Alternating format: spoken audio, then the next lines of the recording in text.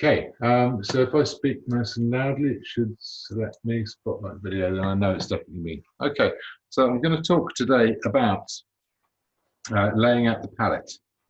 Mary's finding her way in. Hello, Mary. So when we're laying out the palette, we need to keep a few things in mind. We want a space for mixing. So all this space here, we want free for mixing. Something I see people do sometimes is they'll put paint right into the middle of the palette. That's just going to ruin any kind of order of mixing you have. So you want to get those colors, those direct colors out of the tube around the edge. Okay. Now I like to lay out my palette partly in order of color, like the color wheel, and partly in order of tone. So I'll have my very dark colors, and if I mix a black, I'll mix it over here. You can see I've got a black area of the palette. And that's next to the colors that contribute to the blacks that I mix. And then I've got a light area of the palette.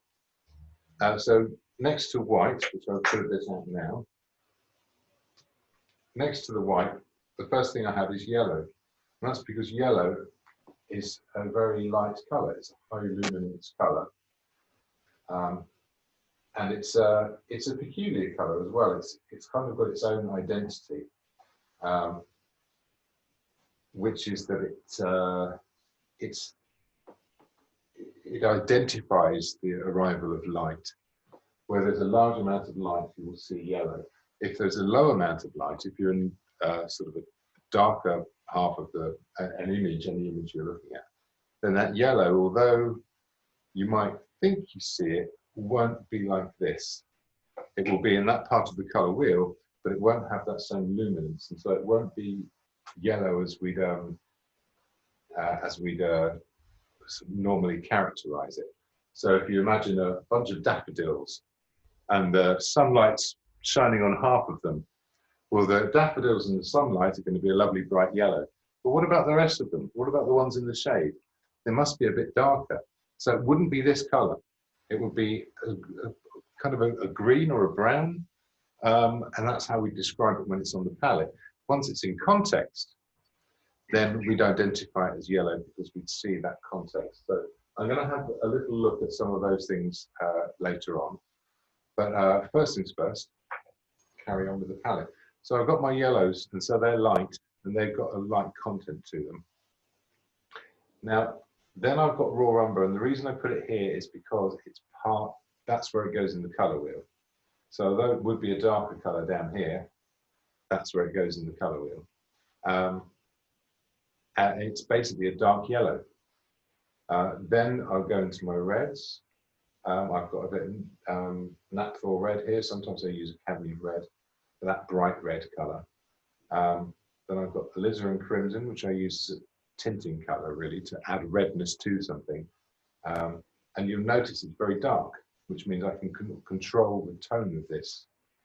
So I'll quite often, with these darker colors, they've got more pigment in them as well. I'll mix a lighter version in front, partly so I can see what the color is, and partly because I can use it to match a tone I'm mixing as I go along. So if you add, because all these colors are dark, if you add any of these to a mix, they will darken the mix, as well as changing the hue, tinting it. They'll also darken it. So we want to be able to control tone and color at the same time. So for my red, I go into my blue, and then I've got green at the end, because green would kind of go in between the yellow and the blue. So if I joined up this circle, I've got blue at this end and yellow at this end, then the green would turn up. If I did it a different way, if I went through yellows into greens into blues, then I'd go into purples, and then I'd go into reds. That would be more accurate to how the spectrum works. But yeah, this works fine for me. I like to go through the oranges around to the blues, and then put my greens at the end. So yeah, so I'll put them around the edges, and this is old paint, so I'll probably have to put some new fresh paint out. But even when it's formed the skin, you can kind of cut that skin, scrape the wet paint out, put it down on the palette, pick up the skin and stick it in the bin and carry on as before. So you don't have to waste much paint. I'll give you an example of that. This is formed the skin. That's coming away now. So if I can sort of, there you are, there's the skin coming on. Now sometimes this will leave you with lumps. If you really hate lumps, then you're just going to have to chuck the paint. Maybe only put out as much as you need at any one time. But it's a lot of revisiting tubes and it's a bit slow, and I can't be bothered with that. But I can scoop out the wet paint out of there, leave the lumps behind. Yeah, that's pretty good. Okay, yeah, I'm happy with that. Pick this up. Straight that into my little bin there. I can do the same here with this blue. That's sort of it's formed the skin, but there's all this lovely wet paint on the inside of it. Just scrape that out, put it out here. Yeah. So you won't get all of it, but you'll avoid sort of, if you've got a large amount of paint that's formed the skin, if I completely forgot about this and that white sort of formed the skin, I'd still be able to reclaim most of the paint from it. So don't be afraid to put out enough paint. Also, the amount of chucking here is so tiny. So don't be stingy with paint. Put out as much as you need. It might seem like a lot, but it's amazing how long it lasts. I had a student who had said, "Oh, I just got the Cobalt Blue hue because it was so much cheaper. The real Cobalt Blue was like £15 or something. There's a tube this size." And I said, "Well, how long does that last you?" And she goes, "No, about a year." The idea of trying to save £7 a year. I suppose if you're using lots and lots of tubes of paint, but mostly, we'll do most of our painting with 7 or 8 tubes of paint. So it's well worth getting the good stuff and putting out easily as much as you need. So another thing I'll say about the palette is that the palette needs to accommodate all the paint for a surface. So if you see the space and the shape of the surface I'm working on, that quantity of paint needs to be mixed on that palette. So if you've got a big painting in the tiny palette, you're going to have to redo that palette again and again and again. So you want as much space on your palette as you need to mix all the colours that are going to fit into that space. So ideally, a palette that's 2/3 the size of the picture would be fine. If you've got a smaller space than that, that's okay. Just be prepared to have to sort of clear it off and reuse it. And some people like to have more than one palette. I do have a couple of little hidden ones under here. So I've got one there, and I've got one there, and oh, there's another one. So I have these little palettes underneath, which I use for little independently. I need a separate area to sort of focus on lots of little changes in colour. So I might have a big palette here, and if I'm working on a portrait, I'll pull out a little palette when I'm just working on the eyes or the centre of the face or something like that. But I'll still mix the main colours here, pick up a bit of it, put it on a small palette, and then start again with all the little satellites of colours and tones that come off it. So there we are. That's a fairly straightforward way in. That's still wet, good. If you've got some paint and you don't know if it's still open on the palette, by open I mean it hasn't formed skin, it's still wet. The best way to test it is to get a 7-year-old and tell them not to touch the paint. And then look at their fingers, and you'll be able to tell immediately which ones. I've got a 4-year-old I've just been doing that with. Almost irresistible. It's like a red button in a lift, they just can't help themselves. Touch. So yeah, so that's my main range of colours, and that covers my colour wheel. Also, you can see it goes from light to dark. Generally, there's a little exception here, but I'll also sort of bring light versions out of them. So I can do the whole lot. And that's how I like to organize my palette. You might like other ways to organize your palette. I don't know. But if they're scattered around, if you've got a yellow and then a dark green and then yellow ochre and then a red and then another yellow and then then a blue and then another green, then that's going to get really confusing. So do try and group them, at least in terms of how you think about them. And also how you group them will affect how you think about them. So that's something to bear in mind too. Yeah, so I'm all good to go now. I've got my palette knife for mixing. I've got some raw colours. I might have to put some more out. It's not a problem if I do. Yeah, that's my alizarin starting to form the skin as well. So yeah, give that a little cleaner. Anyway, you don't want to watch me do all this, anyway. So I'll do that in a bit. Tell you what, I'll be properly going to just track that, put some new stuff out. So have a little, if you've got your palette there, have a go at putting out some colours wherever it is you need. If you're following along from the photo I provided, or even from the image here, I think I put the photo on the website. So I think you can get this actual image as a decent, this actual image is a decent photograph. It should be there on the website. Do alert me if it isn't. I'm going to want a bit of khaki red here. Oh, actually, am I? No, I think I'm all right for reds.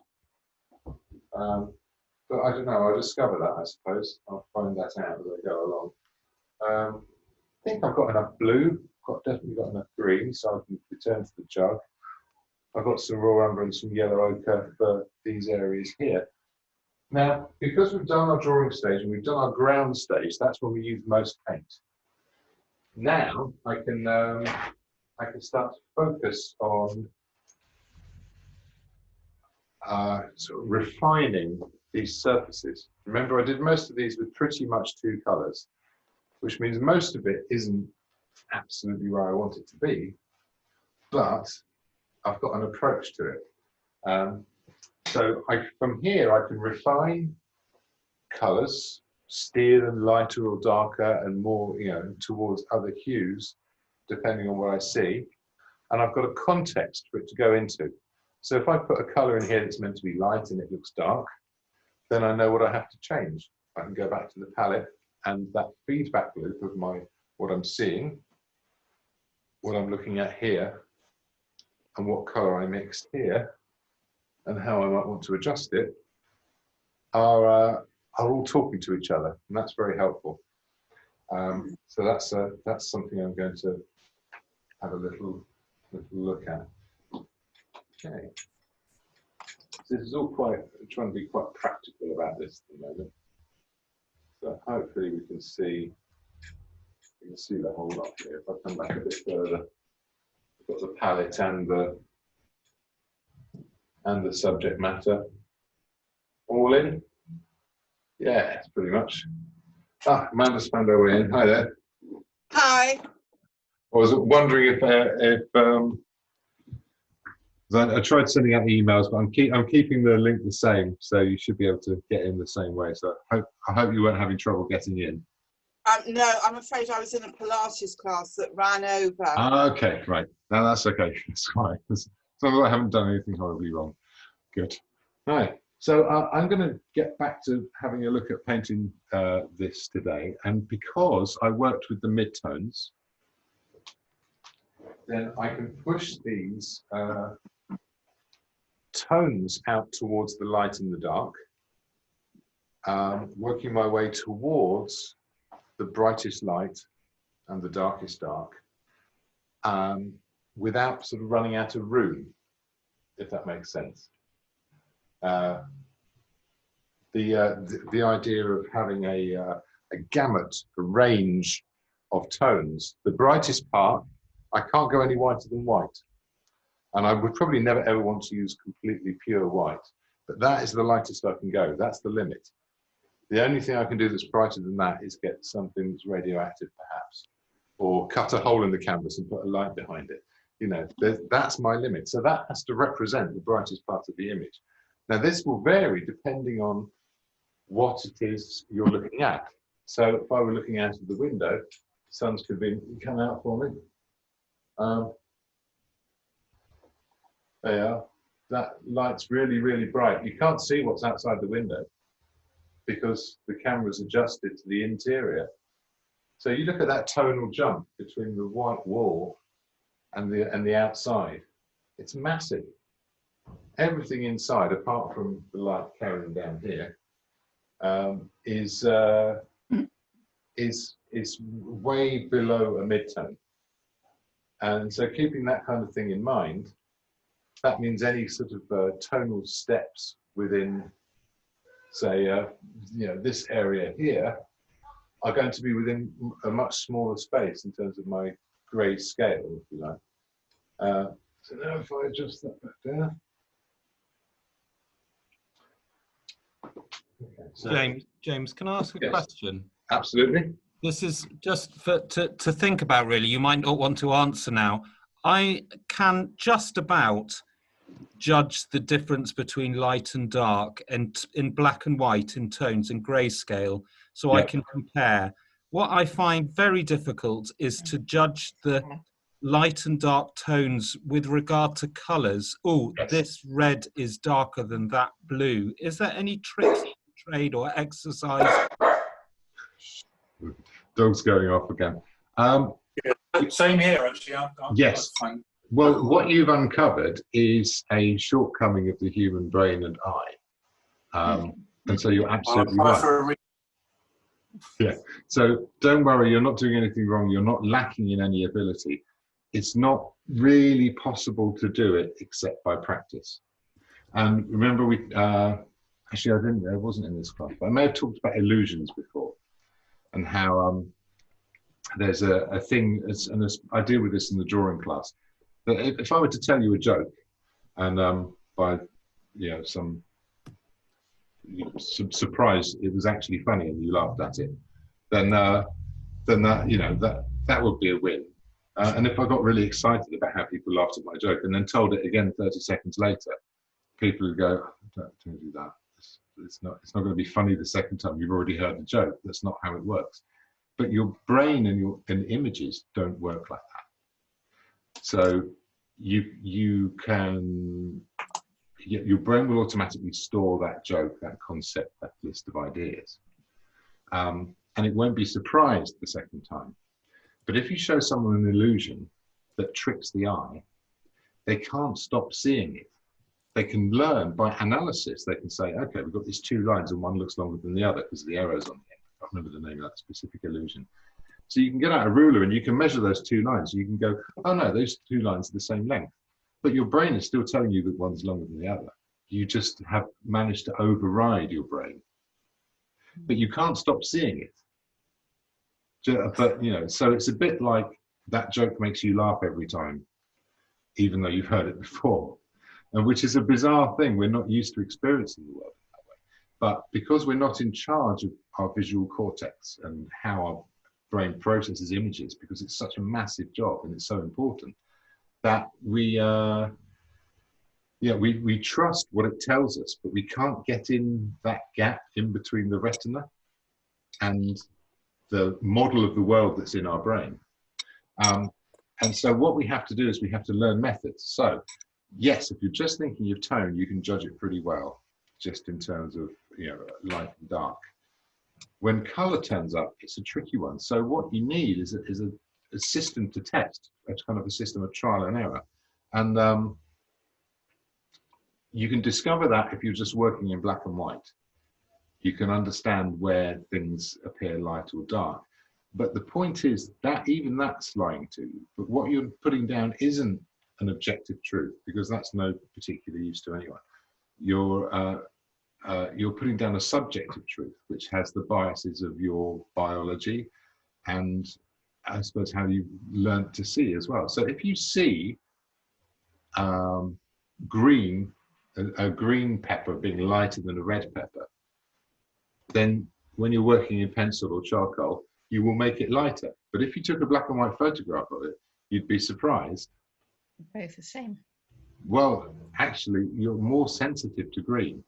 So it takes less green for you to see more luminance than it does red. And this is here's a good example. You're gonna like this. And when I say like it, I mean this is gonna horrify you. Confuse us. Well, no, It's a bit like the eye test. it's not confusing, but it's a lot of information. So this is a really important question you're asking, and you're absolutely right to ask it. I'm going to bring this up now. It says, if I can find the image, there it is. I've got quite a lot of things open here. Okay, this is what a colour wheel. The screen sharing is paused for no reason. Thank you. Right. This can everyone see that? Yeah. Yeah. That's how a colour wheel actually works. Because not only do we, we have that colour wheel at the bottom, this circle of hues. Okay, and that's our spectrum of colours. That's our rainbow pulled into a loop. Okay, but we also have another quality to our vision, which is luminance, the quantity of light, how much, or at least perceived quantity of light. So a camera might do a very different job of it to us, but it's still ultimately us looking at a photograph. So at some point, those biases are brought into play, even if the camera isn't doing it. We can't look at something like a machine would, because we're human beings and we're using a human eye. So that light to dark is expressed as the vertical axis. And that vertical axis has tonal values going all the way from white to black. Now, what this loop around the edge, which I always did as just a tilted ellipse, but this is a bit more scientific perhaps, but a tilted ellipse will do it, certainly, is the points at which the highest chroma of color appears. Does that make sense to everybody? Mhm. Do interrupt if I'm losing you. So when I say chroma, I mean the most intense that color can be. So when we looked at the palette, some of those colors came out dark, some of them came out light. The yellow certainly came out light, and there it is up there. Okay. The blue came out very dark, and there it is down there. And both of those colors are quite high chroma. They're both very pure. The alizarin is a bit more of a bluish color. So that came out quite dark. That's sort of somewhere around here. It's like around the magenta. The cadmium red or naphthol red exist up here, and they become lighter. Similarly with the greens, we can have like an effect where Radiance. so the viridian appears very dark, but really that's because very little light is reflected off it. It's almost like a dye, but in order to get it it becomes more brilliant as you add white. And so that viridian would be about here. And so as you added white to it, it exists down here out of the tube. As you add white to it, it becomes more and more brilliant. And after about this point, it starts to become weaker. So its highest chroma is around here. You see what I mean? Yes. So understanding chroma can help us to understand a tonal value. But it requires a certain amount of trial and error and a knowledge that your brain is not perfect at doing this. So don't try and get it right first time. You don't have to. What you have to do. Say it on the tube. James, does it say it on the tube at all? No, you don't get any information on tubes. All it will tell you, if anything, and sometimes it won't even tell you what pigment is in it. If any other product was sort of delivered with that little information, there'd be an uproar. If you bought a toaster and it just said, "Oh, you work it out for yourself," no plug on it. it wouldn't be so good. Hang on, I'm just going to find another thing here. Now this is, yes, here we are. Right, I'll tell you what, I'm going to open this in Photoshop. I'll just change that over. So let's put this other thing up to share. Where are we? Lovely. Okay, so this is the highest chroma versions of the colors with their equivalent tone. And you can tell that in some places it looks like it's something darker on something lighter. Most of the time they appear darker than their background. Let me change this to grayscale. And all the grayscale is doing is it's taking the color information out and just leaving the tonal information behind. Let's go to grayscale. Ta-da! That's amazing, isn't it? Yeah. Now I'm going to do something else. I'm going to take the saturation out. So this is the color information, which previously was removed completely. Now the color information is going to be changed into a value tone, and something quite different happens. So if I just take the saturation down, you can see they're all getting darker. So the red is pretty much the same as its tone at the background, and similarly this blue, which is, and this magenta, they're all quite neutral, but the yellows are darker than the white, and the blues are lighter than the grey. Do you see what I mean? No, I mean I see it, but what's the difference between going grayscale and taking the saturation out? Right. So the saturation is saying we're leaving. Okay, hang on. Grayscale is taking away the color information, leaving only how light or dark it is. But the saturation is leaving the color information, and the more color information there is, so yellow, there's plenty of color information. If you turn it into a gray, so okay, we'll do this. All of these have the same amount of color information. Can you see how all those gray squares are the same? Yeah. I suppose this is the thing. There's the Bartolson-Brenneman effect. I'm not taking into account. So these things I'm so used to. Hey, great, James. Is chroma the same as luminosity? Are they analogous? No. Chroma is the intensity of the color. Luminosity is lightness. Okay. So I'm going to leave this like this. I'm going to take one of these squares here. Okay. Why are they on different colours? I mean, different backgrounds. On the different tones. Okay, I'll explain this again. Sorry, I'm being a bit thick. No, it's all right. Yeah, and this is advanced stuff. Now notice as I move this around, it's the same grey everywhere. Oh, I see what you mean. Yeah. Yeah. Okay.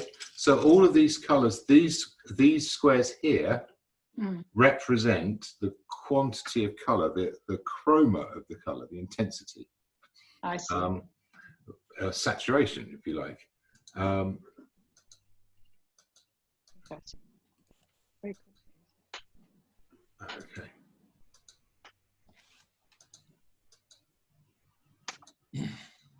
There you are. So the quantity of color and the tonal value are two different things, and so your brain can't read both of them at the same time.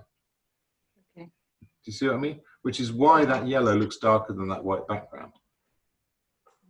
Can you see that? And it's why that blue looks lighter. Yeah. Yes. And we can see this just in black and white in the Bartolson-Brenneman effect, which is here. So this is the last thing I'll show you before we just get on with it.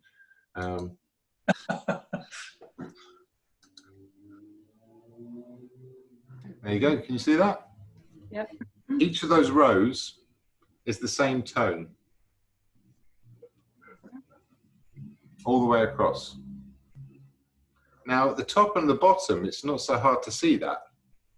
But because of this sort of graduated diagonal tone in the background, at the middle is really confusing. The idea that the one in the middle row, the one on the left and the one on the right are the same tone.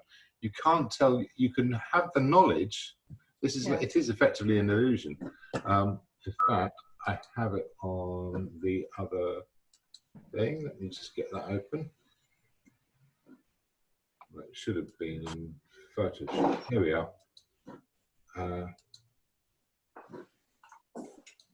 There it is. Okay, so you're seeing that? You're seeing those grey squares? Yeah. If I put bars across, can you see, if you compare them, you can see that they're the same. Yeah.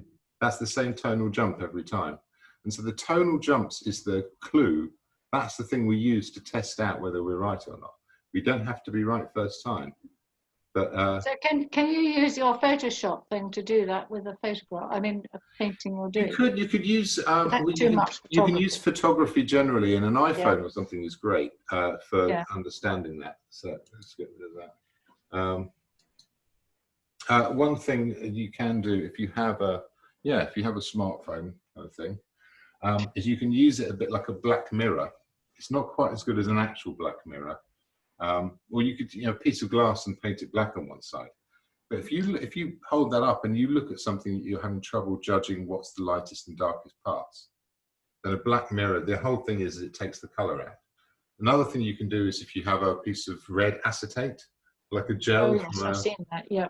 And you look through that, because it's only letting the red light through, it's giving you some idea of the quantity of light, but then something red will look lighter than something green, which is in fact not what your eyes are doing. But it gives you some clue as to the relative tones, because it simplifies it, because it takes so much of the information away, it squashes it down. Yeah. It's easier to see what's brightest and what's quietest. There's a similar thing they do with mixing music. Is if they're mixing and you can test this with your car stereo. If there's a pop song playing, if you're listening to the radio and the Beatles or whoever comes on, and it's sort of like a drum-led,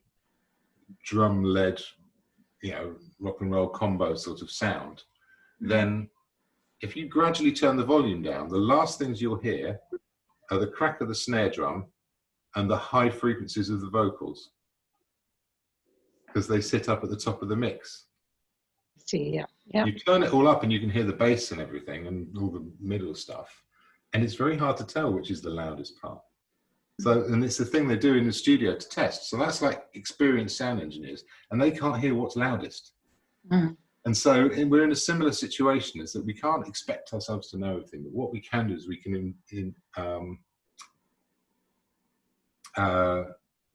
employ methods that allow us to discover it. And that's really, I think, the big part of the joy of painting, is that it's a discovery of something which is hitherto hidden from you, that it's only accessible as the model of the world your brain gives you, and you don't know where it came from. You go, well, I don't know why I think that, I just assumed it.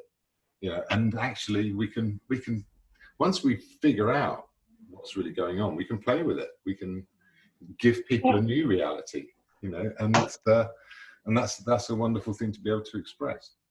So I'll be having a little look at that, and you'll see me make some mistakes here and figure some things out, I hope.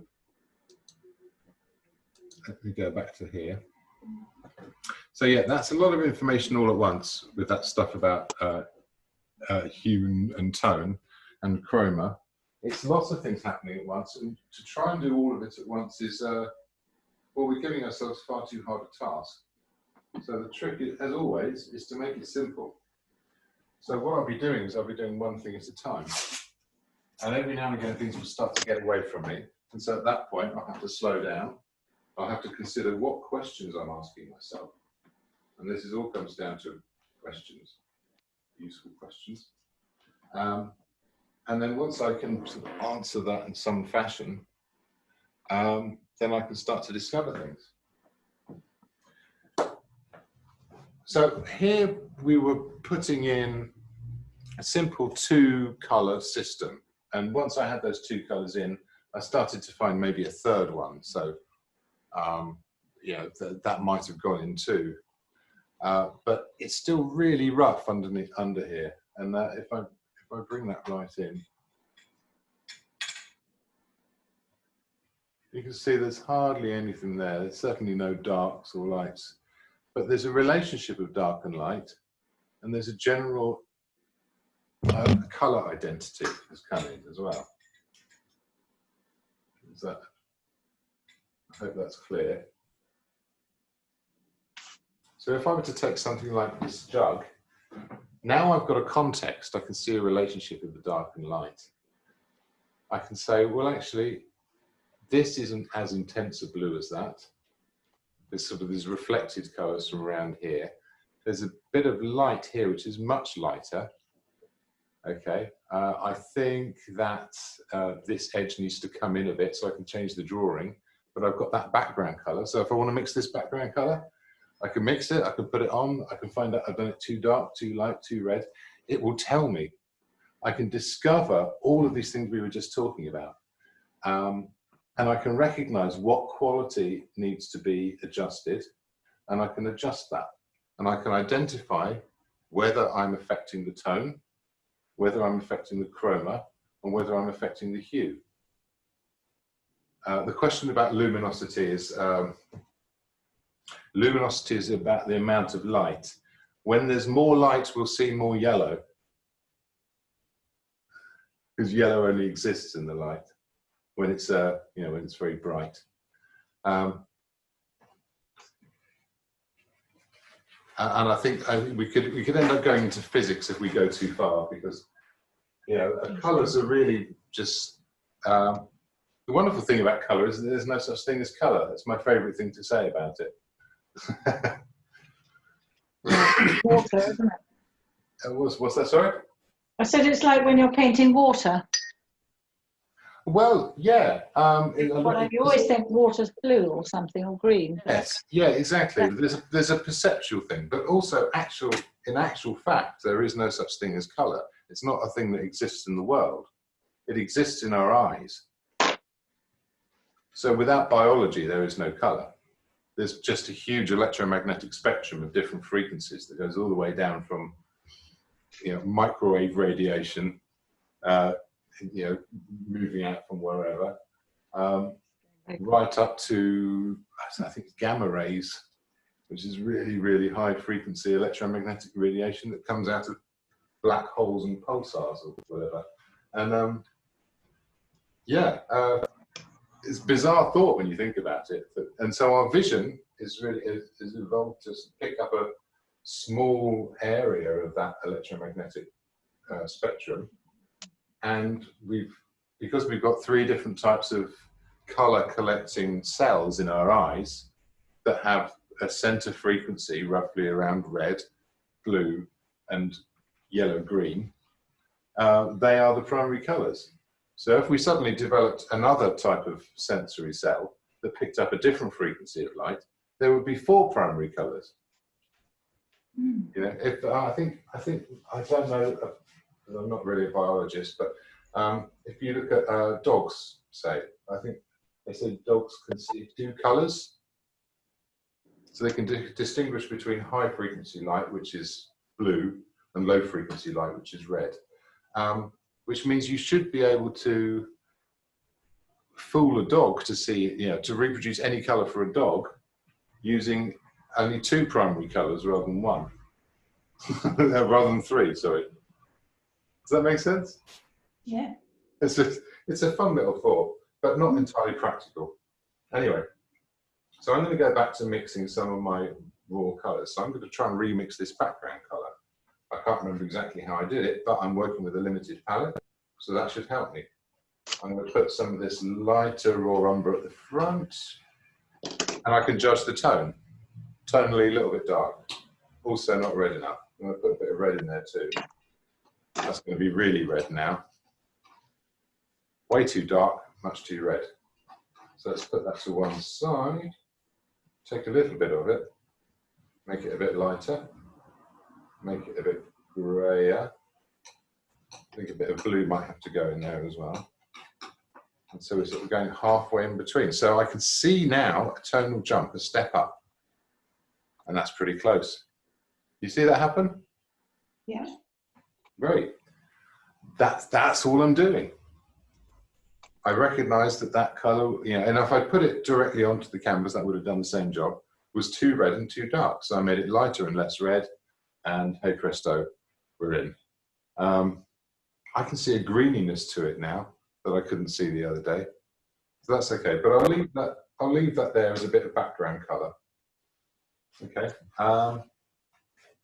I want to mix some of the lighter blue colours. So I'll take a bit of white just so I can see the colour. Let's put some ultramarine in that. So here that knowledge is quite helpful. If I see where the most intense blue is, it's inside the handle for me. So I know that must be fairly dark. See what I mean? The highest chroma colours in this are going to be in the shadow areas because the lighter bits will be bleached out because of where the highest chroma version of blue lives. Whereas with something like a yellow, the highest chroma is going to be in the lighter areas and it's going to get grayer into the shadow side because that slanty ellipse on the colour cylinder. Anyway, all I'm going to do is just start mixing some colours. So that's definitely far too purple, so let's chuck a load of green in it.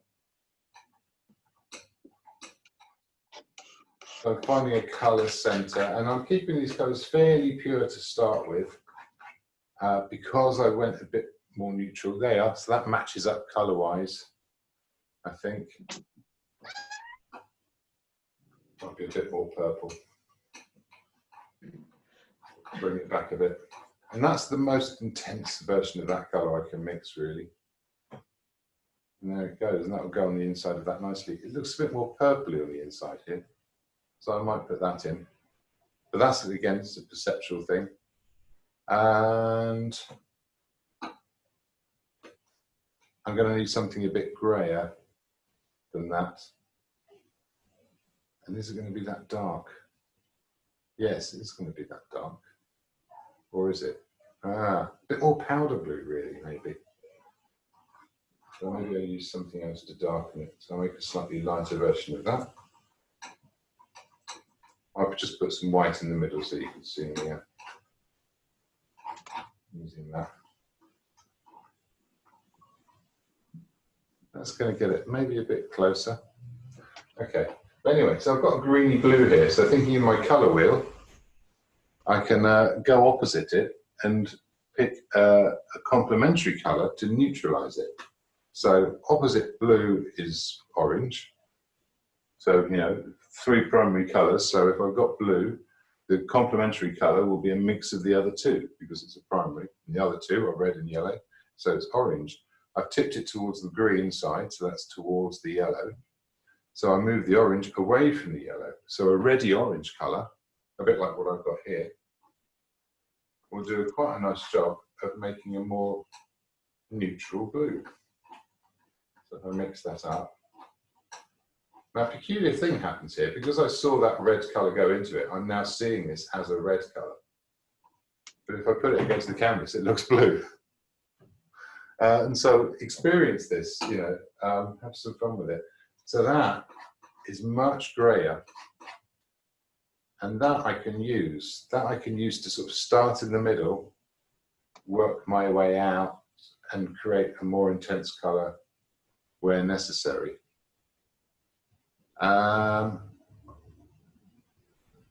Okay, I'll leave them there for a minute, and I'll do. Let's do a few basic colours for this tea towel. Now here, I'm finding all this stuff is a bit too jagged and a bit too rough. I want to soften it down. So when I paint over this, I'm going to use a little bit of oil, keep it soft, keep those edges soft. And only a few hard edges, one for that sort of shadow under there, maybe in here. And the rest of it, these graduations, it's already quite soft here, but I think you can do a lot more than that. If I want to restore a hard edge, also strong areas of light against this shadow will do a job to restore a hard edge. So that's the one to look forward to. And yeah, still not quite happy with the shape of that jug. I think it needs to trim in a bit here. So that would be another job for the for the tea towel colours. So let's get some white. That's my background colour. I can compare it to that. The shadow is fairly similar to the background colour, but it's yellower. Let's take a bit of that, pop it here. And put a bit of yellow over in that.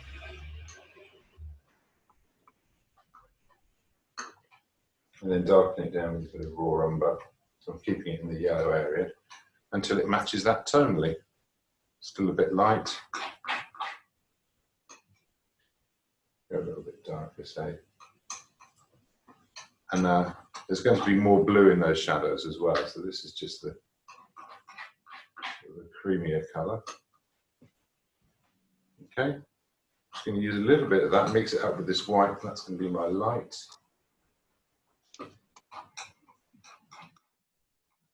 Yeah, quite comfortable with that.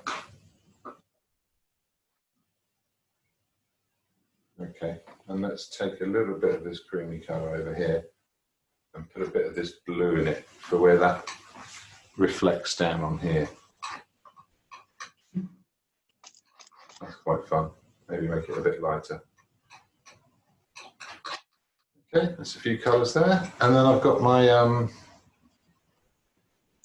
my what have you, little sort of pale thing.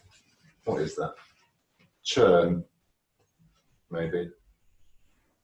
Notice as well, look, the dark colours are living down here, the mid-tones about here, the light colours are moving over here. I don't know if you can see the whole palette as I'm going. So I've got these light colours living over here. And so they're kind of fitting in with this tonal range. And that's also how I worked before. So the paint that's already on my palette is giving me a context that I'm used to of where the light and dark go on the palette. Does that make sense to everyone? Mm-hmm. Okay, last thing I'll do then is try to get these colours back.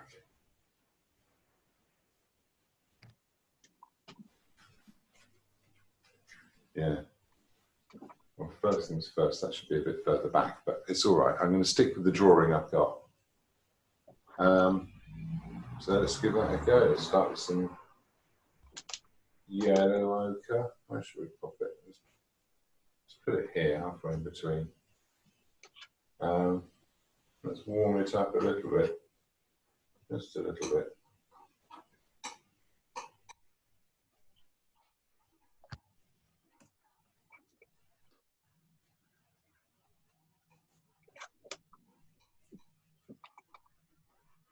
A bit of yellow laking there. That's quite an intense colour, and much more intense than anything I'm going to use anywhere. So I'm going to put it over here as an additive colour. Okay, so again, opposite of yellow would be purple.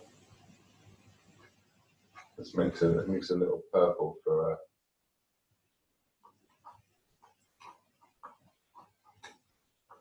our shadow. I'll mix that in there. There you are. That's neutralising that yellow down. This is getting closer to a kind of a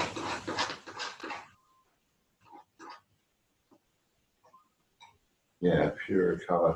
It's actually going to get a bit greener. Put a bit extra blue in there as well. That purple was too red. Yeah, put some of that green in. I was not. I was busy with Zoom, so please bring on. Okay, lost that somewhere. Back to the yellow, back to the white.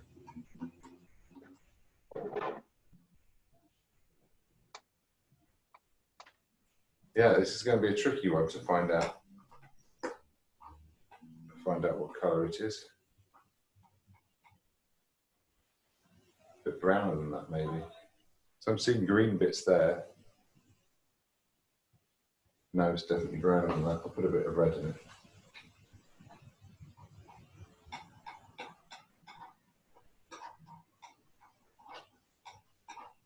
So I'm pushing and pulling my hues and my tones, and I'm finding my way towards more neutral colours where I can.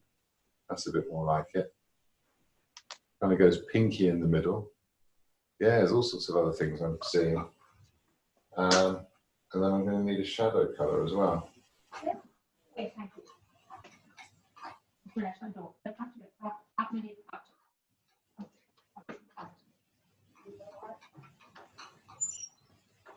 There you are. There's a shadow colour I can add in. The pinky version. Kind of works. Now, how are these tonally? So while I was doing that, I wasn't really paying attention to the tone. It could probably be a bit lighter and a bit pinker, but we'll find that out as we go along. So now I can start putting these colours on, letting them do a job. And first things first, let's see how you're getting on there. Anybody doing a bit of mixing themselves? Yeah. So that process of mixing the colours takes a little while, but it's also a big part of how we prepare. So anybody in progress, how are you doing with your new palette, Sally? Yes, it's okay so far. Okay. I'll show you what I've got here. I've got that on. Hang on, can you see that? Hang on, Yeah. hold it upside down. I'll try not to drop it on my computer. Oh, that's okay. Yeah. So I noticed some raw colours are wandering into the inside of the palette area there. See that yellow? Yes. It's wandered in off the edge. What move? What's it north. What's it doing there? Okay. Yeah. We want, that's a mixing area. You want to use Well, that.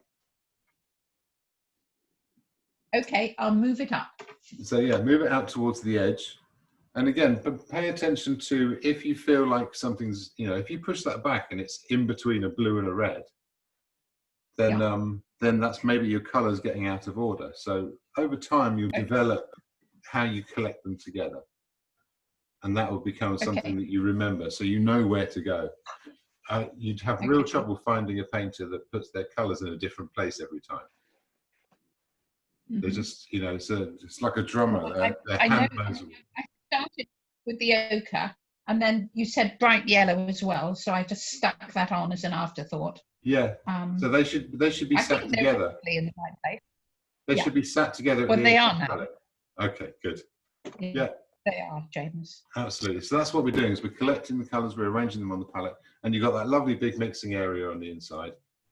Also, once you've mixed up, you can make that paint into a little pile, make a bit more space for the next mix. So. And so what I've done is I've arranged my mixes around the palette, and now there's room around them. So I'm going to find other colours, bits that are lighter, bits that are darker, bits that are redder or bluer or yellower or whatever it might be. And they're going to exist as little satellites. They'll either be travelling towards one colour or towards another, or maybe off into a new place of their own. And so this map of the colour will appear on the palette, and I'll know where to look for what, depending on what I need. Okay. Does that make sense to everybody? Mm-hmm. Mary, you look like you're about to ask a question.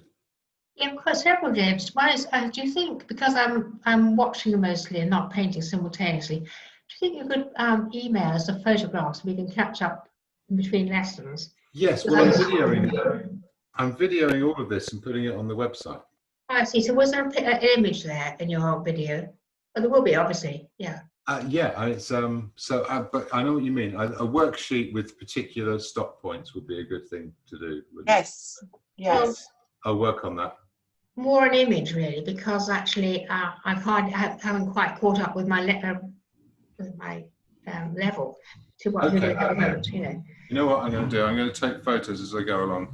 Yeah. And the other thing I'm having trouble with, James, is because I've always worked on a white tile, and with this background that's sort of because when you're mixing, let's say, adequate paint to do the whole of the background, you're actually mixing a very small trial quantity, which will never cover the whole thing, and it's a quite lengthy process. So in fact, but just about showing how you can make adequate to do what, say, a very large area. Yes. Well, this is the thing. There's nothing wrong with doing a test mix to try out what combinations of colours make the colour you want. Once you've done that, you do need to mix enough paint to do the job. Yes. And you kind of, if it's constantly varied over the whole surface, then it's good to have a big pile of like a core colour, even if you never use that directly, but just use it to make other little sub-mixes. So for example, if you were doing say, you know, a big stone wall or a rocky beach, you might mix an average colour and then go, well, that one's a bit lighter, and as it goes away, it's a bit bluer, and then near the front, oh, there's these redder bits. But you're still starting from a central point, so all those colours relate together. Yes. Because in fact, you know, it took you quite a long time to get the kind of precise that you wanted. To recap that sort of recipe, it's quite tricky. Yes, it is, and it's trial and error. But that's really what I'm trying to explain here: is that there's a system on the palette that we can use to deliver the qualities we want to discover. Now, the big problem we most of us have is exactly as Don pointed out earlier, is you put pressure on yourself to know everything. And so he was saying, well, you know, I have real trouble when, you know, understanding tones when there's colours involved. As if, because it probably looks when someone's painting, and fine painting or whatever, anyone who has a system is just mixing colours and putting them on and going, oh yeah, there we go, oh yeah, yeah, that works, oh yeah, put that there, oh that's all nice. And what you're not seeing is that there's a system underneath it. There's a system happening on the palette. And so what I'm doing here is I'm mixing colours, I'm comparing them to what I already have. And now what I'll be doing next is pushing and pulling them with a few simple marks into a piece of overpainting. And the context of the ground is giving me information. The image I'm looking at is giving me information. And most importantly, the palette is giving me information. Now, if they talk to each other, they can discover anything. But any of them on their own, it's completely lost. And so what we often try and do is to do this magic trick that we imagine someone else is doing, where they just know what the colours are, just know what the tones are, without a process, without a system in place. And then when that fails, we think, I'm not very good at this. Whereas in fact, what you've just attempted to do is, it's like seeing someone at the top of a mountain and then trying to fly up there yourself. You know, you kind of you've missed the middle bit because you know, and then you might think, oh, they're really good at flying and I'm rubbish at it. And in fact, it's a misconception. So that's all we're trying to do here, is have an experiment. So get a palette going, have a play with it. You don't necessarily have to, you know, we're going to lose some paint to bad mixes in this process. It's part of it.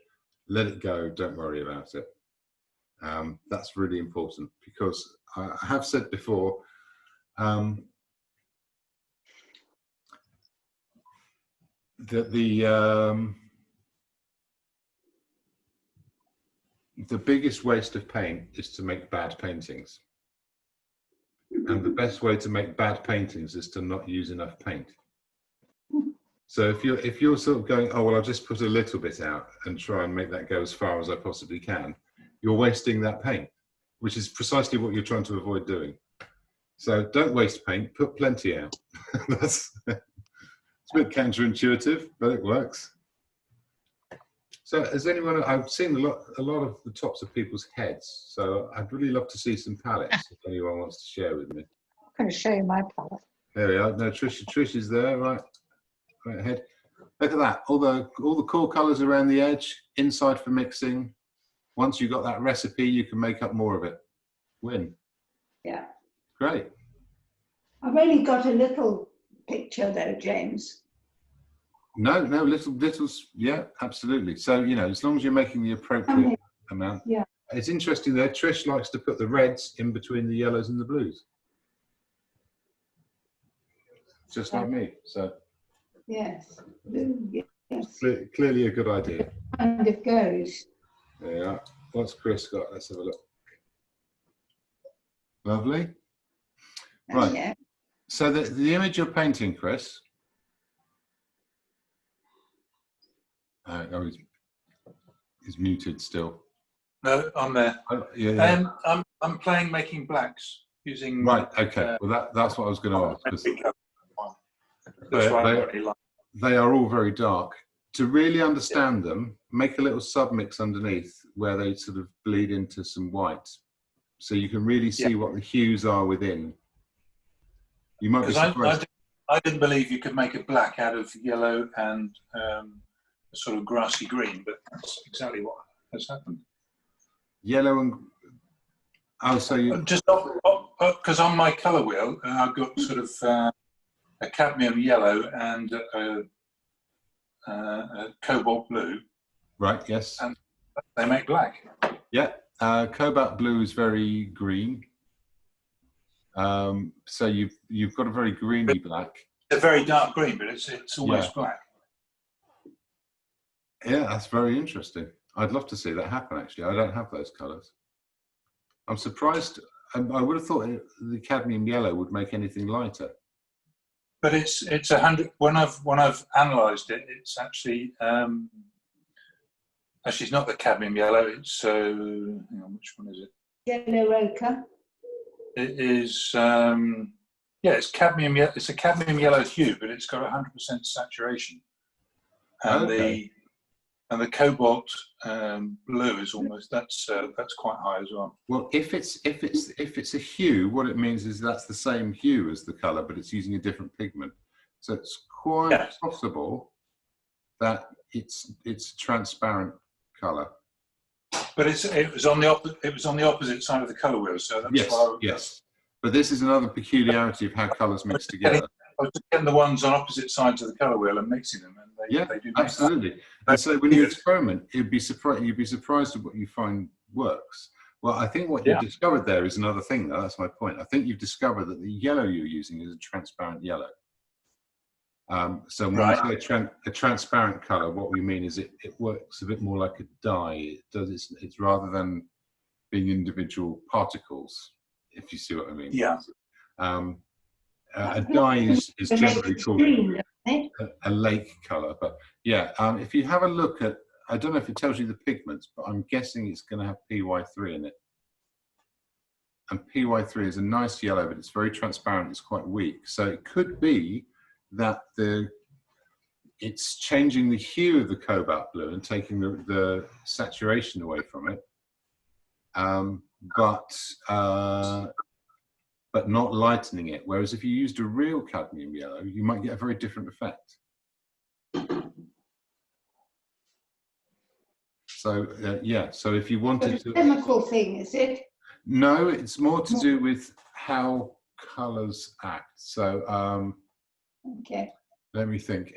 Did you ever, as a kid, like colour in the sky blue and then get a yellow felt tip and try and draw a rainbow on it, and realise that yellow felt tip does nothing because the blue's already there?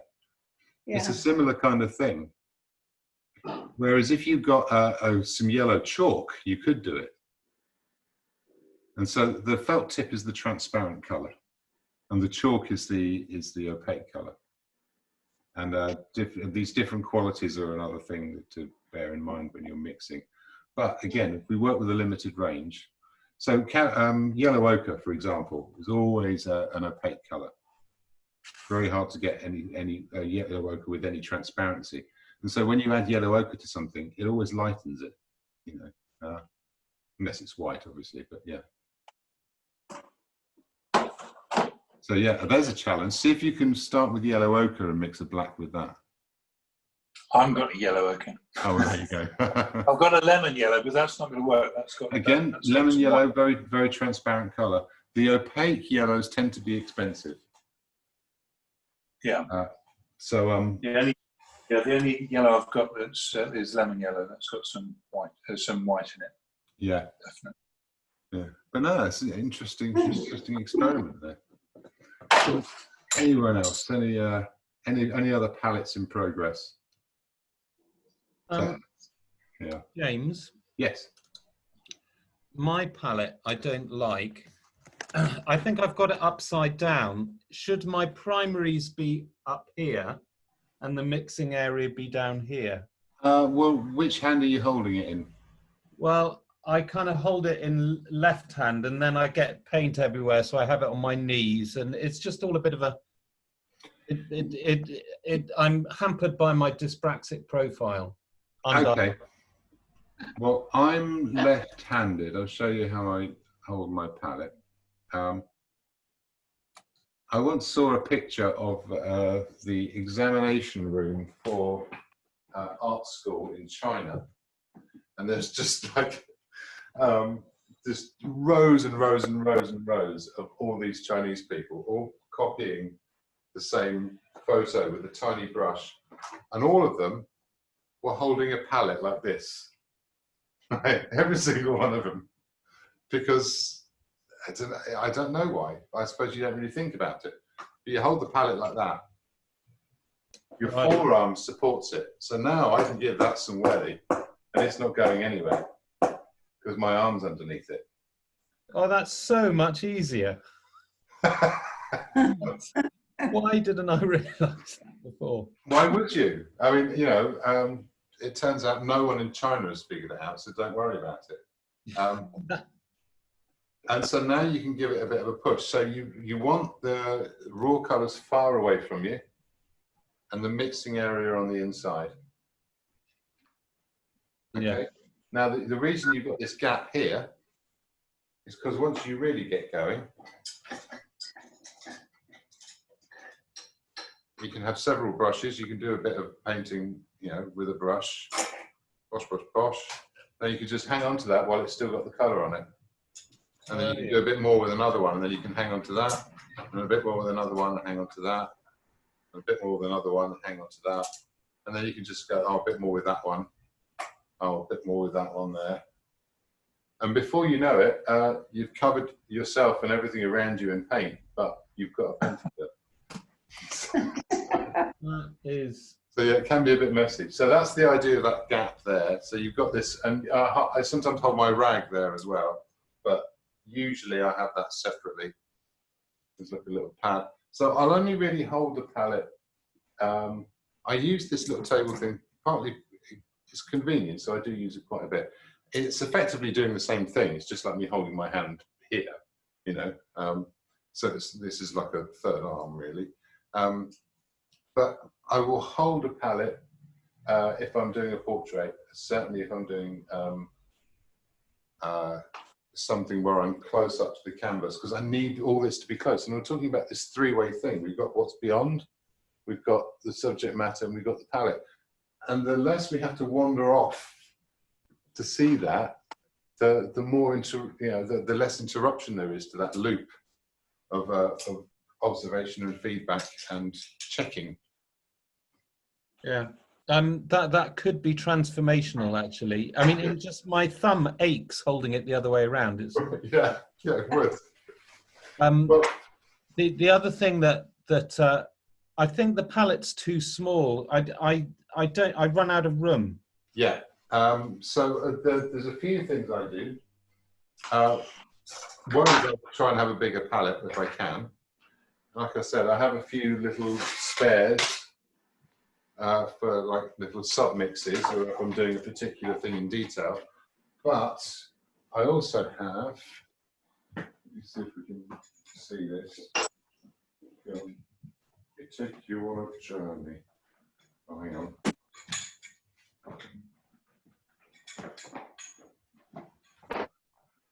See if this works out. Cutting out or breaking. No, it wants to destroy my.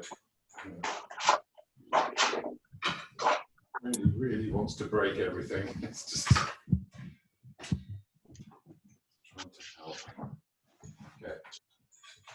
I have, they're all covered up with stuff at the moment, but it's a worktop, and there's another one over there underneath the whole load of other tins and bits and pieces. But I use pieces of worktop for when I'm doing really big mixes, or if I'm mixing up a whole load of paint, I'm going to retube or something like that. So having a Does that, spare, like, got big a glass surface. top? Does that have a glass top on it? No, it's just Formica, like a kitchen worktop, because it's already very smooth, so you can wipe it very clean afterwards. So that's quite a practical way of going about it. Can I just ask you something, James? Yes, of course. Sorry, I can't even see the top of your head, so Okay, sorry. It's because I'm sitting down and I've got. it's all right. I'm guessing what's going on over there, but. I'm still practicing to get the greys from last week, because I did mean to email you actually, but I didn't get around to it. Was that the colour that I mixed for the greys, and I just wanted to get it right this week before I start on the others, was too pink, too red. Yeah. And did you say that I've always thought that burnt raw umber was a red colour rather than a yellow colour? No, get some raw umber, mix some white with it, and tell me how much red you can see. Yes.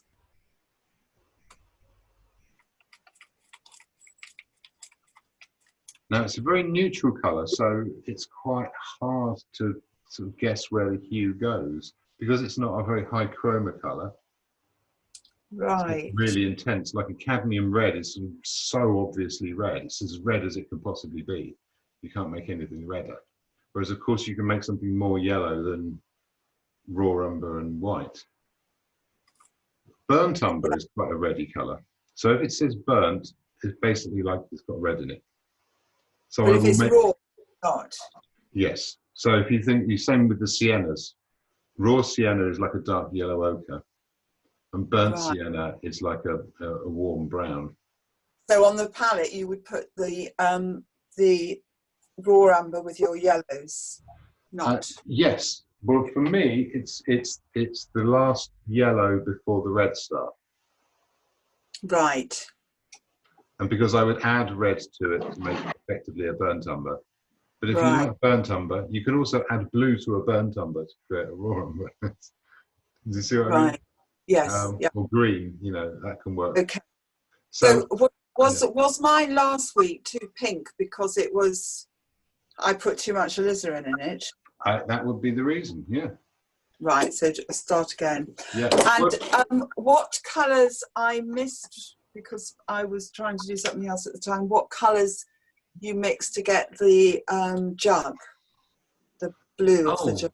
Well, for me, I have ultramarine as my mixing blue. Yes, and I have some Viridian green, but there's various ways I could mix it. So I could demonstrate that before we have a cup of tea, if you'd like. Well, I have got Viridian, so I could try that. Yeah, it's quite a strong colour, so you only need a little bit. But what it will do is if you start with the blue, yeah, ultramarine looks quite purpley. Yes. It's quite a purpley blue, which means it's not great for mixing greens. So I would add an intense green to it to keep the chroma high before I start to neutralise it, rather than just adding yellow, because adding yellow will make a muddier green. Right. Okay. But you can mix the same hue, which I can try and demonstrate now. Actually, that should be an interesting one. I'll do that quickly now. So the thing to do is to experiment with your colours. Pay attention to the things that really make a difference, which are the hue of the colour, where it goes on the colour wheel. Oh, that doesn't quite want to play. Yeah, that's better. Okay. the tone of the colour. So if you need it to be very dark, you have to avoid, like the yellow ochres and what have you. But I'm going to take here. There's a little bit of a, I think that's Yellow Lake. Here's a bit of ultramarine. Okay, and I'll put a little bit of white in that just so we can see the colour. So you see that purpley ultramarine colour? Yeah. Okay, I'm just going to add a little bit of the yellow to it. What it'll do is it'll steer it around towards the green. Now I've got this green here, which is very intense. And this one, still slightly more purple. So a little bit more yellow in there. Okay, it's probably a bit too green now. Yeah, much too green now. So I'll put some more blue in there, a bit more white so you can really see the colour.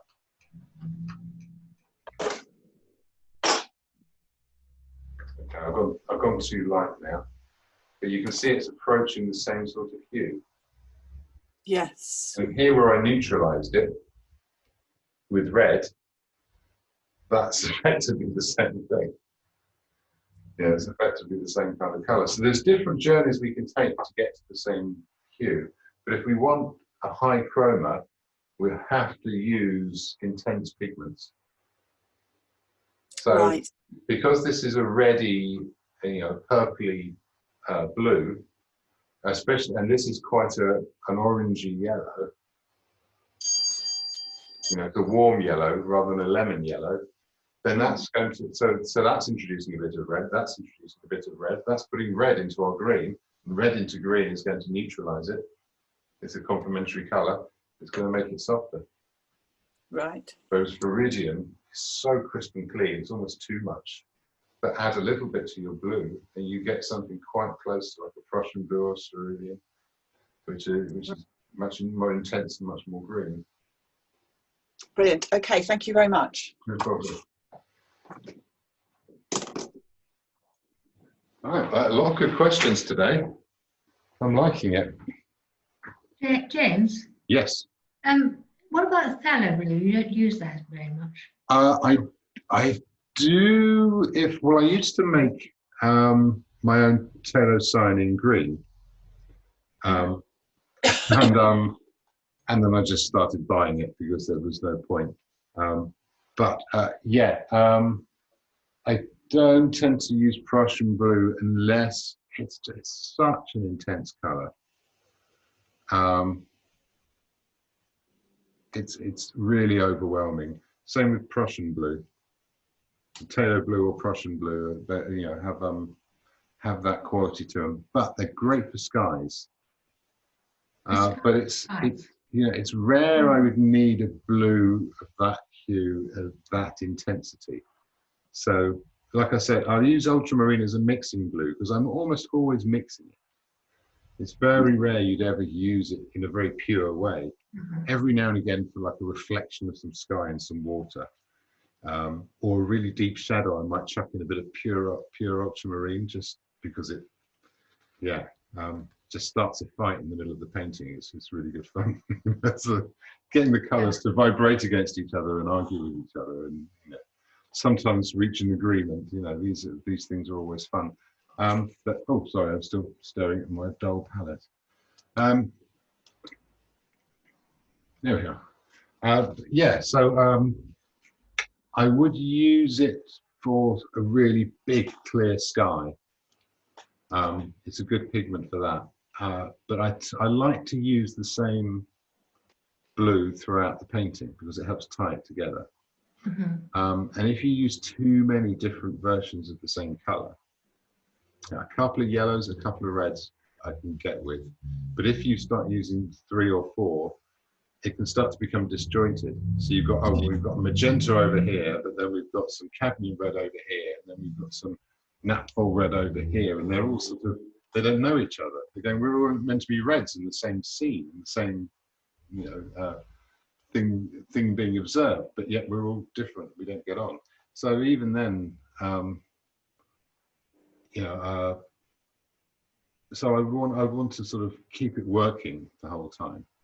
So in fact, because I'm so new to a lot of this, I'm learning such a lot, but actually It sounds to me as though you actually tend to have bland, not bland exactly, softish mixtures of colours. Right from the beginning, quite a lot of your initial painting, and then you go in later with the impact.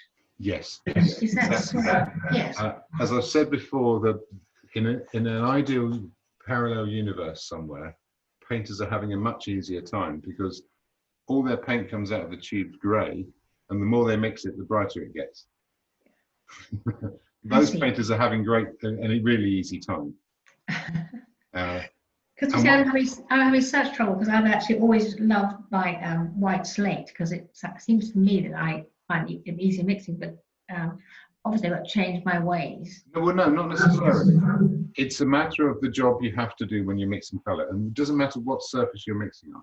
So yeah, if you're mixing on a white surface, you have to recognise the first thing you've really got to do is you've got to see your tonal range. So it doesn't do any harm to do like a black to grey to white stripe on it. Something like that would be great. You could do it on a piece of masking tape, which you just put across. That would work because then you put any colour onto that white slate and it looks dark. So if you've got something to compare it to, something to give it context, like the Bartolson-Brenneman effect. Yes, that was amazing, actually. When I put the bar across, suddenly you could see that they were all the same. You could put them into a separate context rather than being confused by the background. So our paintings are going to have backgrounds that confuse us. So we see a colour as light when actually it's dark, or see it as dark when actually it's light. Similarly, they'll have a cast. There'll be a colour cast that is confusing us. Actually, that was the last thing I'll show you before I put the kettle on. And if we accept that we can't know this stuff, then we have to employ a process to discover it. And the more familiar we become with the process, the more of it we can do in our heads. So then we do start to approach being able to know it. So I can now see a colour and mix it pretty quickly. But it's only because I don't expect to get it right first time. Because I'm aware of my fallibility, I can mix a colour and go, right, am I going to have to check this? Of course I'm going to have to check it. I can't ever know that it's right. So then the process turns up. And a lot of the time it's putting it on and going, yeah, that's fine. And sometimes I put a colour on with complete confidence and then do more of the painting and go, well, that was way off. What was I thinking? You know, but because I'm looking for it. And not getting too caught up in trying to obsess over things that don't matter as much. And that's where, you know, that's where a process is individual and where it's something that we develop and it's something that's personal. But yeah, I hope that answers the question. It does, yes, brilliant. I've got so much to change. Well, one thing at a time. And yeah, just bear in mind that painting is a process of discovery. And if you think you know, you're probably wrong. That's usually the way of it, I think. Thank you. Yeah, no problem. Right, now I'll see if I can find this last thing. This is more of a novelty. Here we go.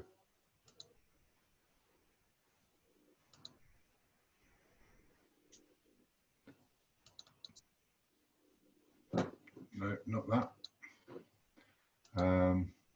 Yes, that. Here's a little thing about colour.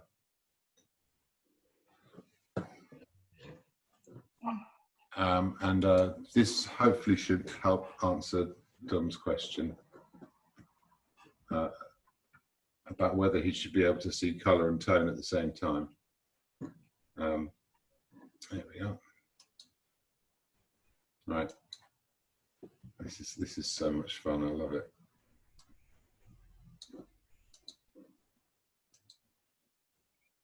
Has anyone seen this before? Nope. Rubik Cube. Well, can you see this this brown tile here? Yep. Yeah. Would you believe me if I told you it was the same colour as the orange tile on the shadow side? Wow. No. Also, I wouldn't. Well, the thing is, you wouldn't expect it, but now it's been pointed out.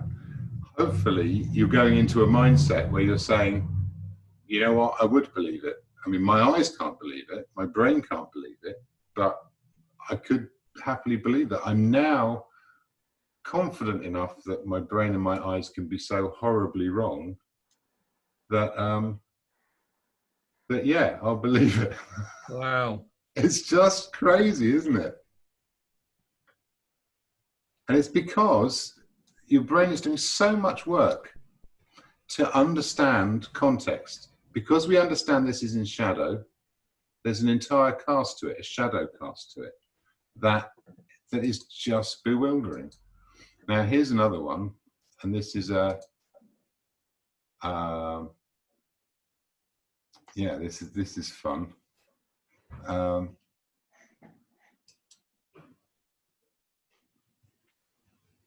There we are, still working, good. Okay. Now, one of these has got a blue cast put on it. One has got a yellow cast put on it. Mhm. Okay. So now if we're looking for, say, that blue colour there, what's that the same as? Let's have a little wander around, have a look. I mean, that's blue, yeah? You can see the blue ones further But down. it's definitely blue, right? Yeah. Okay. So it's definitely not going to be the same as that. Yeah. Isn't that That's insane? ridiculous. It's the most ridiculous thing you've ever seen. It's a But it's common- true. It's really happening. And because it's actually grey. That's the point. Blue is actually grey. But because you're seeing this as being in a yellow world, then that grey must be blue. And because you're seeing this as being in a blue world, that must be yellow. And so there's no such thing as colour. Like, amazing. That's stunning. I feel like a little kid with these things. They're so much fun. And so that's really what we're dealing with here, is that, you know, it's not absolute. It's about relationships, much like tone. Thank you very much. And if we can start to investigate what those relationships are, then that tile was blue because it was on a journey in between color extremes, which had been shifted into the yellow. So now the grey, which would have been, you know, grey, was now in what would effectively be in the blue section because everything had been shifted. And if you shifted everything into the blue, then what was yellow gets pulled into the grey. And it's Okay, Dan, I'll give him the message. it's a bit of fun, isn't it? Yeah. Right. That's amazing. Good. I'm glad everyone enjoyed that too. It's just utterly bizarre, isn't it? And that's not the only thing in that demo either. There's other You things. lose confidence in your own ability to see what colour is. Yeah, well, you can have confidence in a process, but don't have confidence in your eye and your brain because Yeah. Because they're you're doing going- so much extra work that you're not aware of Yes. that you kind of lose track of what the information is. But actually, you know, you're absolutely right. In the yellow world, that was blue. So you've Yes. identified blue where it didn't exist objectively. It only existed subjectively, but you've still identified it. That's an incredible feat. Put it in another world and that's different again. Yeah. So someone puts a yellow light on in a room, you can still spot what's blue. Yeah. Even though it appears grey, and you can actually still experience it as blue. So that's Yeah. really what it's telling you. It's telling you can do something Yeah. amazing. But What would have because- happened if it was in a red room? If it was in a red room, there'd be a red shift. Okay, so reds would effectively appear. Well, hang on, let me have a think. So, you know, if you had a blue tile, it would appear purple. Oh, I see. Yes, I can see. Yes, that Um, explains it. Yeah. And so we'd be mentally taking the red out of it. Does that make sense? Yeah. So when we mentally take the blue. Oh, you'd out be of taking the grey- red out of the blue itself. When we mentally take the blue out of grey, we're left with the yellow. Yeah. When we mentally take the yellow out of grey, we're left with the blue. This is much too much for my little brain. The thing is, I'm exhausted at the end of yeah, this. I know. I do pile it on. I'm aware of that. Yeah, but the point I of all can this remember is that we don't have to expect ourselves to do this difficult thing that we imagine an artist is doing. That artist is doing something simple, one simple thing at a time, and it's about asking the right questions. So it's something I also put in the drawing course. I don't know if it made it. There's the game of 20 questions. I can remember seeing Carl Sagan on Cosmos talking about it. You know, the dandelion in his hand. He said, "What have I got in my hand?" And he goes, "Well, if you ask the right questions, then 20 questions can take every perceivable thing in the universe and narrow it down to a dandelion." And that's really what we're talking about. You know, with all this information and all this accuracy that we believe we have to do something really clever, but we just have to ask the right questions, and they can be really simple questions.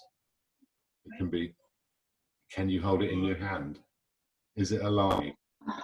Is it domesticated? And, you know, and I think those are the questions that you're asking. And you know, so okay, so it's not an elephant, you know, or it's not, you know, and so it's the same thing. We can go, is that lighter or darker? Is it more or less red? Is it more intense or less intense?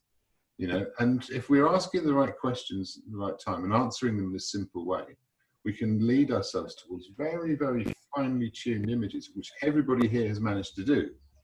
Yeah. And you can do it without a magic trick or a crystal ball or superpowers. Good stuff. Right.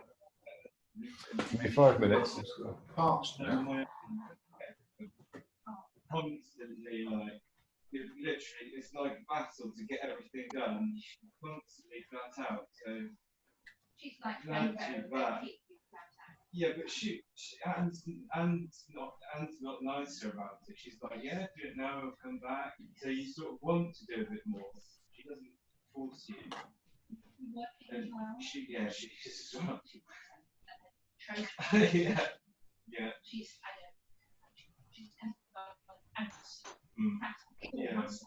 God, holding that trimmer out all day yesterday as well, and then today, just like I'm probably need a rest now. You've done really well. But Done. Very proud. Well, it's Thursday, isn't it? I think I've got work tomorrow, but I'm gonna go and arrange it.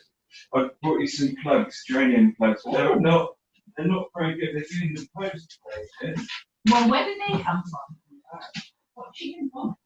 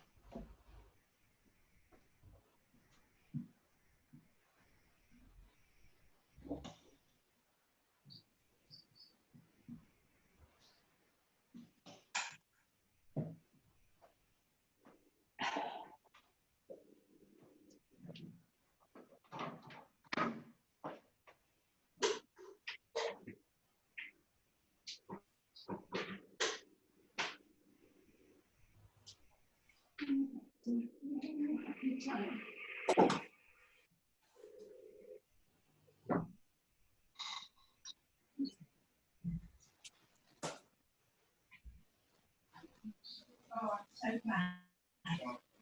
I'm so pleased. Great. But I'll tell you what, one of the biggest problems I've got is these lethal step ladders. I've borrowed one from Lane. It's about as tall as the ceiling. It's absolutely treacherous when you're leaning out. And what I need to get at some point, is Steve Parker's got one of these ladders. And what it is, it starts off wide, goes narrow to the top, so it's light. One prong that comes out. So because it's on a tripod, Yes. it's always on uneven ground. It's always absolutely solid. Where can you get one of those? I don't know. A long time ago, Antoinette Young had one who was in the group, and she got it from Japan. But I don't know. I guess we can order. Well, let's have a look some on sort. what would it be called? A tripod. Yeah, I'll try and look it up because if I come off of that at that height, I won't be able to work for the whole rest of the summer. Please don't. Please don't count this on. The van's safe because it's on. I was on the top of the van today. I always go on there if I can. You want me? I think I'm just gonna have water. Water on the lie down. Yeah, water and a little wrap. Put your bed in the shade. Relax. Yeah, and I might pop to the shop and then I'll put the van back in the chair. Well, I've got some.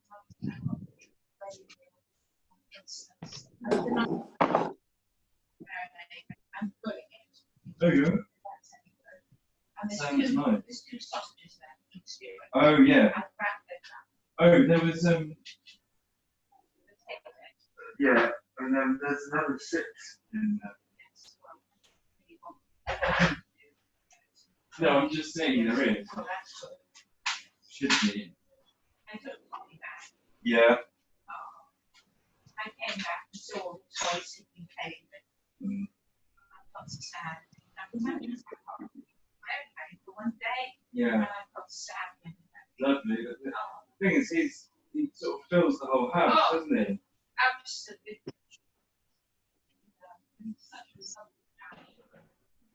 Yeah.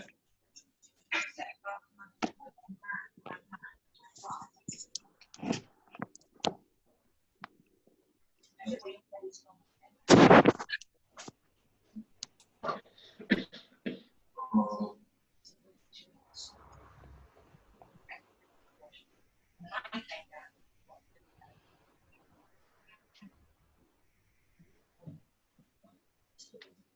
Anyway. Who's there? Yeah. But why not? School. Yeah. Well, it's not a regular thing. It's not school. But he probably goes to bed fairly late and he's with Robert, so Oh, they go at the same time. That's the problem. yeah, Go with someone. that's his routine, isn't it? Hi, Amanda. Amanda. Hello, Mary. I was just. Going on my head bursting. Oh, I've lost it now. Oh, there. Okay, got you. There's a boost in on you now. You'd really like chocolate. You'd love these more than chocolate. How are you doing? And it's got a bit of glucose in it, so you can have 2. No, one will be nice. You keep put them in I'll the put fridge. them in the Hang on. So I just, oh no, Dom's muted. Wow, it's lovely. Well, I got some hummus, which I had for lunch. I don't know where all the noises were coming from, but there you go. It was quite a conversation. Okay. Oops. I think they'd probably want to be muted. Yes, well, I've done, maybe it was Sally, I don't know. Sometimes that he gets to mute. But yeah, I'll unmute everyone soon. Yeah, okay. So any questions before I do a bit of painting then? I know this is an awful lot to sort of chuck at everyone at once, but it's really just to introduce the concept. This isn't to say, I don't want to. Go away and have a go at it. Yeah. So when I say I'm introducing the concept so that you can have a sort of things to investigate. So I don't want anyone to think that now I've explained to you about tone and hue and chroma that you should know all these things, you know, because it takes a while to know them, and also that's slightly a personal thing, you know. For some people, their images are very tonal and color is just sort of does a little job. For some people, their images are all about color, and tone is a secondary consideration. If you look at the Impressionists, if you get a lot of like Monet's pictures and put them into black and white, they become meaningless, which is reassuring, actually. Same with Matisse. You know, his pictures were all based around color. So a lot of the time, there's just lots of strong colors, and that's creating the contrasts and the edges. But black in a tonal way, they're not doing very much at all. Some people, and if you look at trying to think on Whistler, you know, he did this similar kind of thing. You know, a lot of his sort of his images are sort of either color or tone, but he didn't do both at the same time. So yeah, I'll come up with some examples next week, things to show you. But we're never doing all of these things at the same time, and we don't need them to do lots and lots and lots. What we need is a context so that we don't have to make complete judgments out of our mind and get them right, which is what I'll be demonstrating next, which is why that ground layer is so useful. Yeah, it's a process of discovery. So that's the most important thing.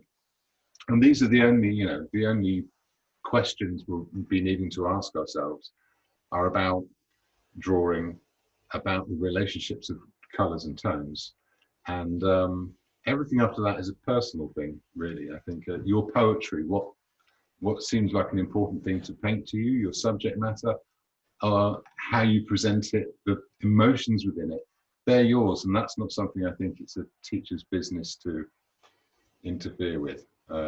So maybe that's just me personally, but I always get mildly annoyed when people would get led step by step through, this is how you do this picture. Now you've done this picture, congratulations, you can show it to your friends and they'll be impressed. You want to make it yours, you want to make it your own. So although I am sort of doing some step-by-steps for you to join in with, it's really just to experience the process. But what you do with that and how you, make your own choices, that's up to you. So that's really what I want you to experience.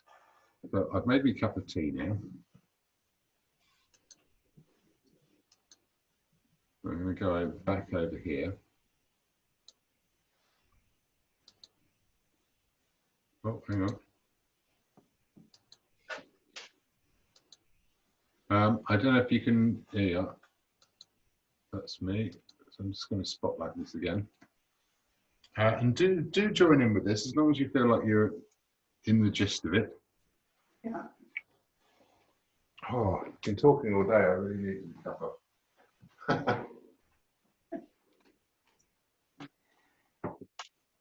Okay. Take a little step back here. Move this up.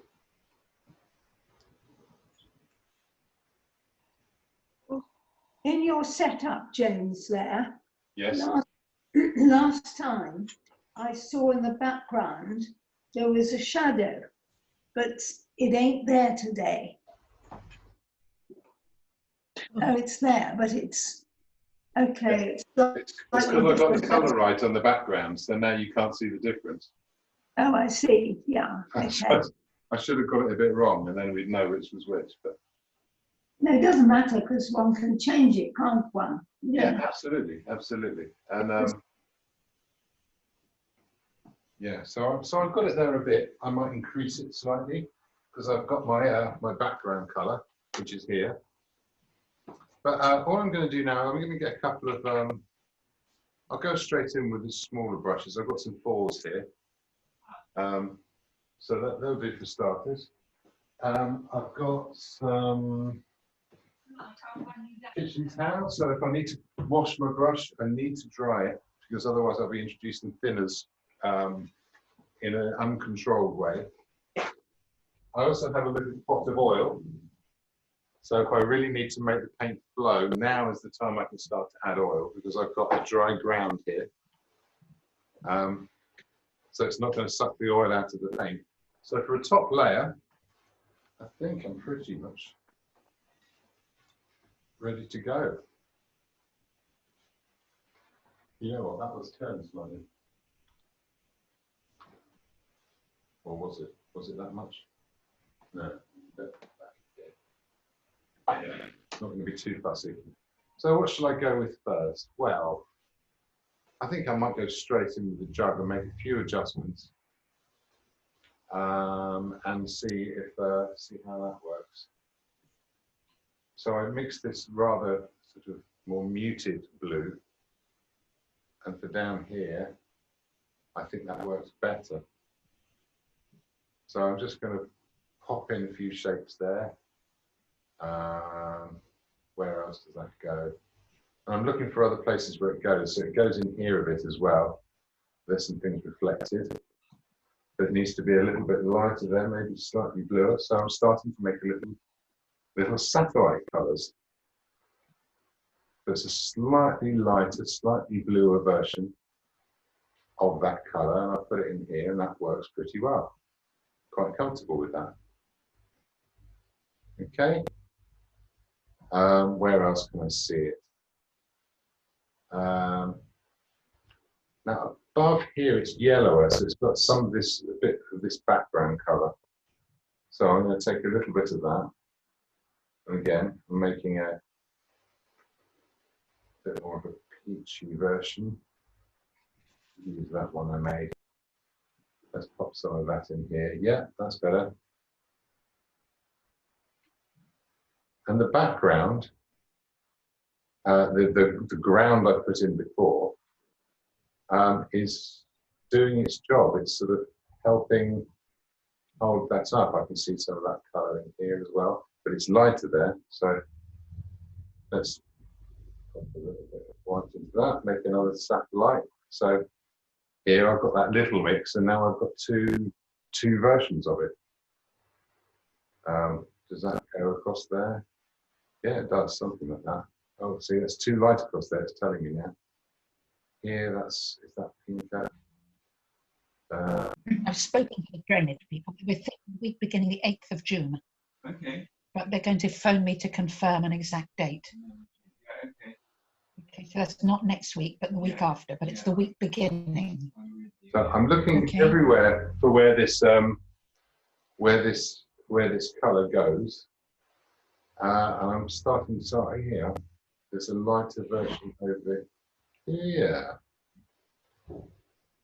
Yeah, and I'm seeing a relationship. I'm seeing a tonal jump. So actually, it works quite well for that bit, and then it gets even a little bit lighter, but only a tiny bit. And it's reflecting this. So I'm going to use a little bit of the colour for that object. Actually, that's tea towel, isn't it? A little bit of colour, that colour for that object. Another little satellite, lighten it up a bit more here. That'll do it. There's a nice little highlight for that side. There is a bit of tea towel colour, which just comes down here. And where else? No, that'll do it. Okay. I'm not going to clean the brush. I'm going to go back to the brighter one. I've got this brightest blue from earlier, and I've got a bit in that there. Is that too dark? Slightly. What about in here? So there's a strong blue in there. That works.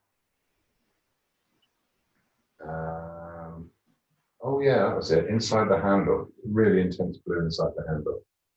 So yeah, that works, and it gets even darker near the edge. But I think I'll just use the background colour for that. What about here? There's a bit of it there. I'll do for that. Where else? Yeah, there's a bit. And there's a bit in here as well. That mix in. So I'm starting to find The jug colours. There's a paler version just inside, just in here. It's quite green there as well. Let that go. Maybe a more purplier one. More purplier there. There's a gives you an idea of how much I'm concentrating on doing my words. So okay. So yeah, I'm starting to see these shapes. That's going to come in. That's it. Yeah, a bit of that there. Where else can I see it? That does get darker there. That's good.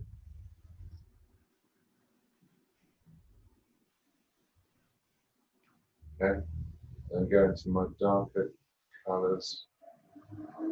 So I mixed that rather more neutral one. I'm going to mix a slightly brighter one, so it's a darker. Let me go in. Would you mind running them down? And here, there's a paler one here, which is a bit of that tea-towel colour. Let's go back to that again. Yeah.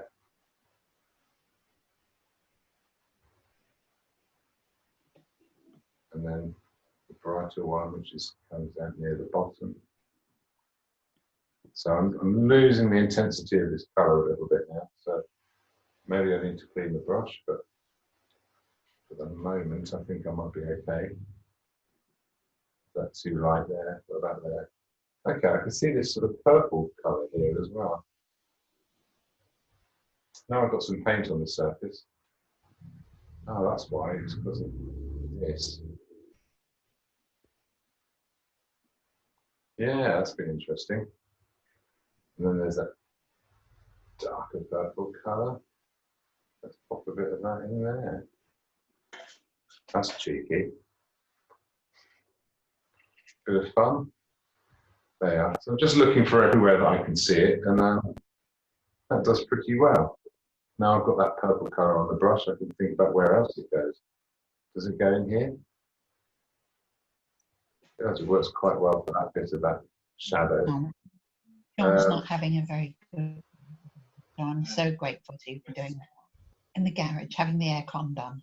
Oh, all right. Yeah. Okay. Thanks. There. So re-establish some of these shadows here, where they lighten up a little bit. I'll put some of the highlights on afterwards. But yeah, so I'm just looking around for all the places that it goes. What about here? Does it go in here anywhere? I don't think so. Let's try to do it. No, it doesn't belong in there. So we'll leave that. Maybe the top of that handle a bit. No, even that isn't quite right. Maybe just that bit. There you go. What about in the background? No, I'll leave that. Keep that simple. So I can start to see this with this jug turning up. I'm going to give this a little whirl. Now I'm going to make a really nice, bright, pale version of that colour. And the colours I've already mixed have hopefully guided me towards seeing that there.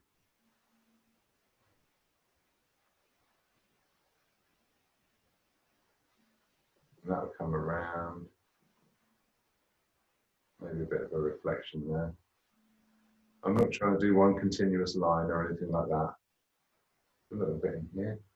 That's too light, that's too light. That travels across. What about up here? There's a little bit at the top there. There's a little bit around the edge. Okay, so I'm fairly happy with that. Just take the excess off, come back in. So where do I want this to go? Yeah, so that would have been darker. Because even darker in here. Oh, someone's having a disco in their car. So. Okay, so yeah, I'm going to darken down that edge there. And darken down what's in here as well.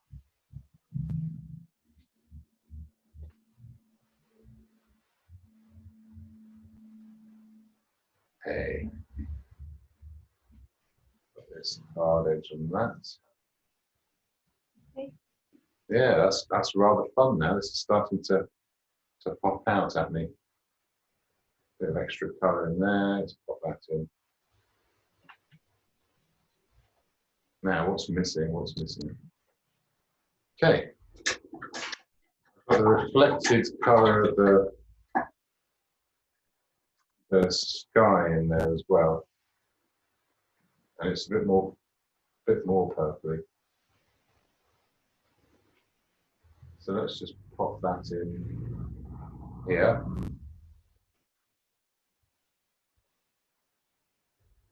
Where else does it turn up? No, that'll do. Anything else? No. I missed a bit of that blue on the edge. That's bluer. And so I'm discovering things as I go along. It's telling me stuff that I didn't know before. So yeah, before I get too carried away,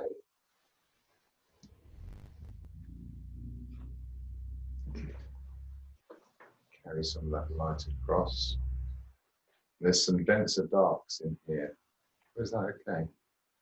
If I travel that light across there. Okay, yeah, there's a few little flashes of light that just mix in what's on the surface. Yeah, I'm fairly comfortable with that, but that'll do for now. So I'll bring some brighter highlights out later on.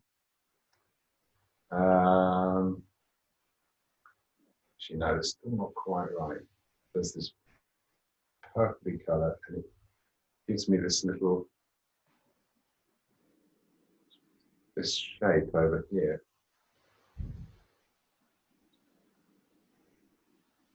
Where's that gonna go? Yeah, so I've got a mix of the blue and the red here. It's going to give me those stripes, which will make sense when they go in.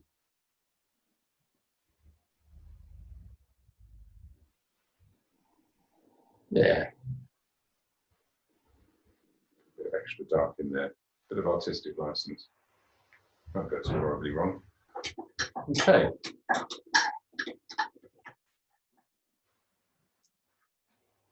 I've got some of my background colour here.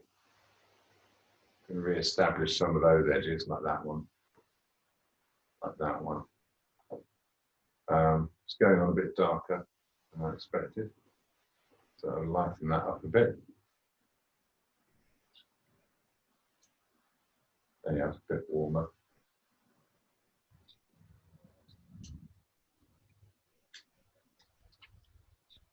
Okay. Great. It works. Okay, what else can I do? Oh yeah, let's have a look at this this tea towel. Well, I've got my bright light here, so I want to really just chuck that on to begin with, because that's going to give me my contrast, make sense of everything for me. So that's this creamy light, maybe even a bit paler. Or a little bit of the blue in, just to sort of take the edge off. Yeah, that's good. Change the drawing at the edge of this jug as well. Soften that edge slightly. Good. That light that travels across here.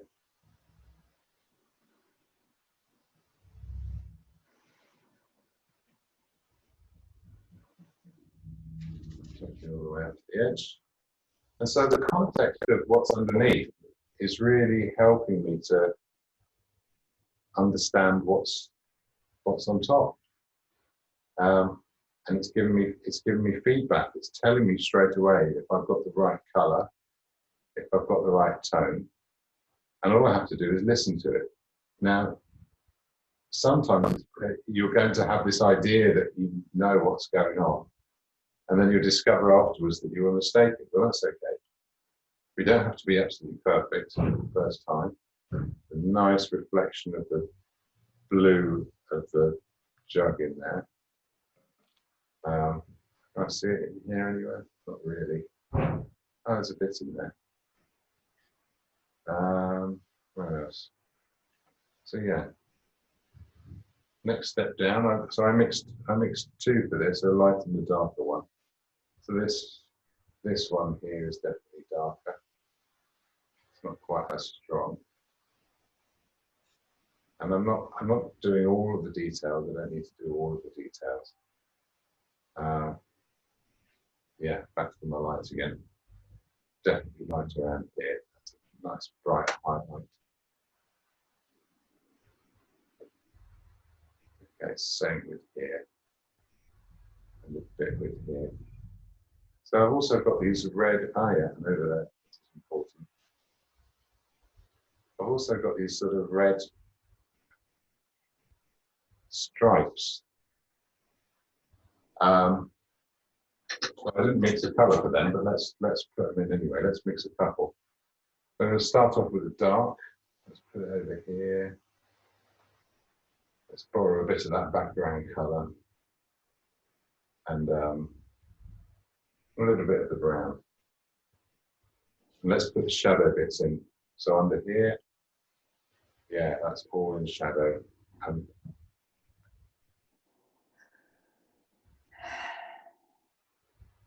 There, a few little stripes going in there.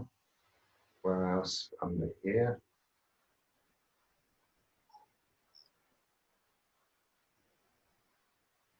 And then where else? So we've got a bit of stripiness up here.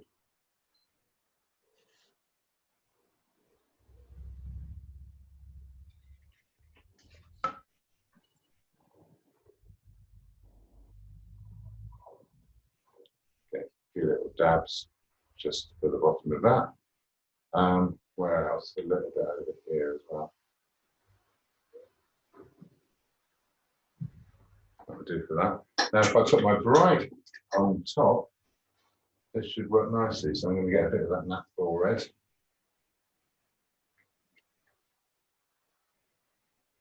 Let's see how this does.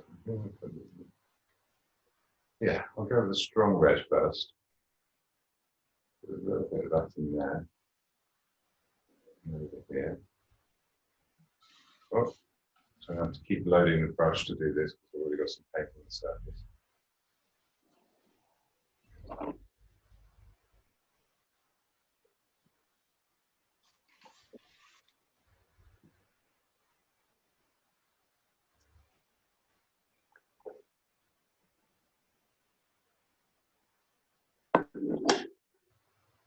So it's still too dark in that bit. So a bit of white in there, just to a bit of that tone up. I've been clumsy now, but it doesn't much matter. A bit more white maybe. Just give it a real push. No, it's not mixed well enough.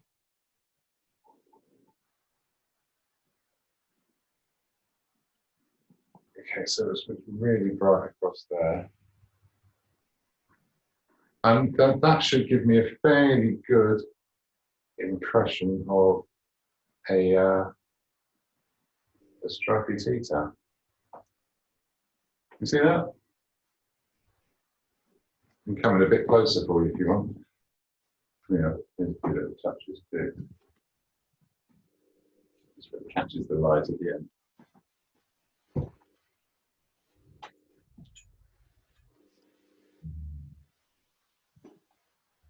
So most of that was done by the background. I haven't even gone back in with the shadow yet.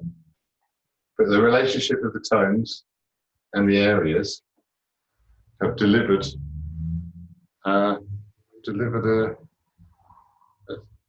tea towel. So the next thing, I guess, is to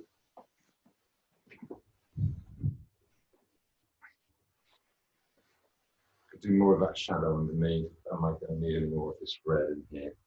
You know, let's just be cheeky and drop a little bit into that reflection. I'm still not feeling the shape of that jug. It's annoying me. And I think it's all coming down to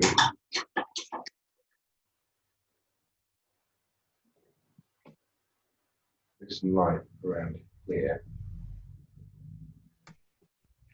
Like that shape really needs to go in. Yeah, it's paler, it's bluer. So now I want to search. Now every time I put the mark on, it's not quite perfect. It's not quite what I want. That came out darker than I thought it would. What about here? Actually, that whole bit there needs to lighten up.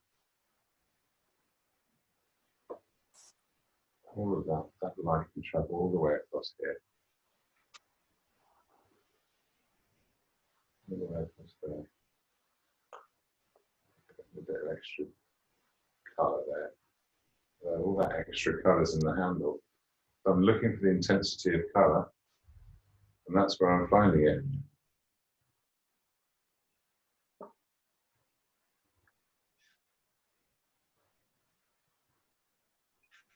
There's a bit of it down there.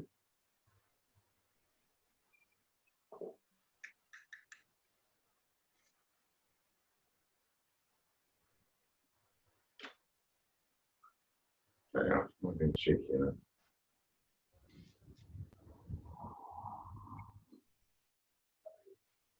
Extra darks, just where they're needed.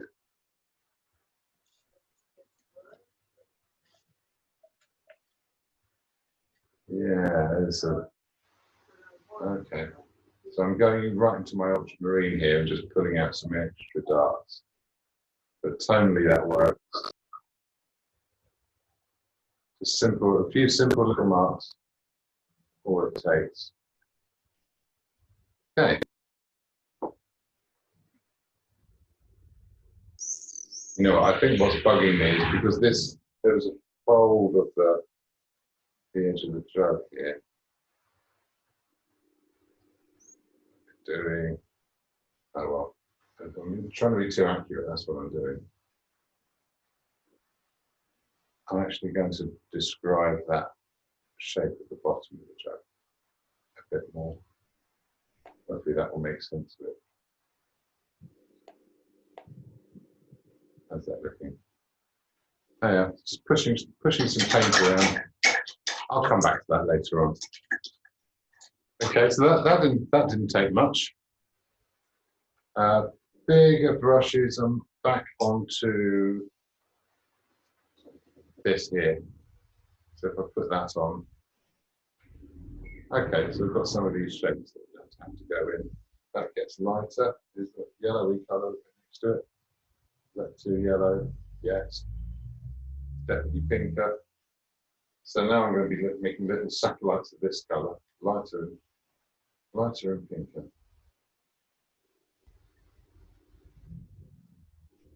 So it looks wrong on the palette, but I'm trusting it. I put it on, and yeah, that's still not right. Ah, but it's right there.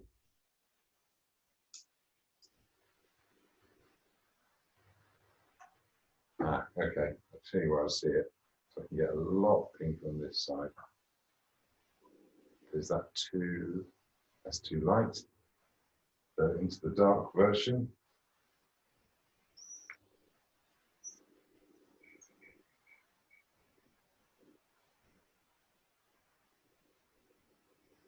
Okay, I'm discovering quite a few things here. So I'm not doing anything very much more complicated than what I was doing last time. Okay. Let's get redder and further.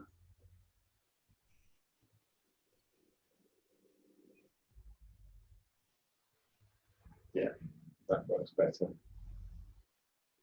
I'm not going to be too fussy about being 100% accurate.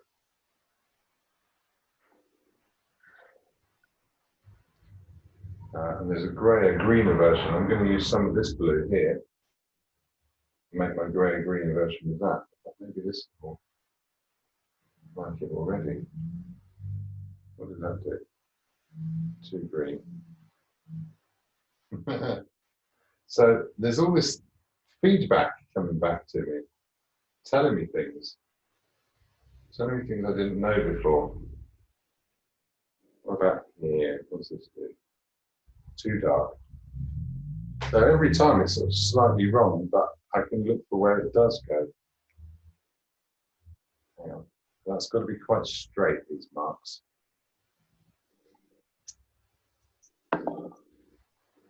Okay, I'll do a lighter version of that in a bit. So yeah, discovering all sorts of interesting things about this and where it goes. I haven't got enough yellow going on. I need a few darker darks. So I'll get another brush on the go. Do that, bit of blue.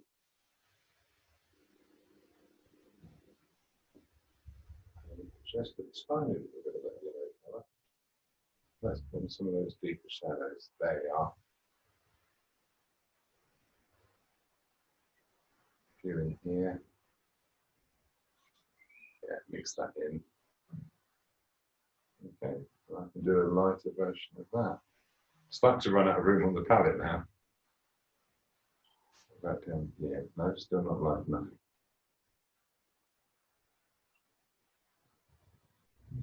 Put that in here. Okay, that's a bit more like it. Still not light enough. But that creamier colour is making more sense now. Put that in here. Bit of that reflection colour there.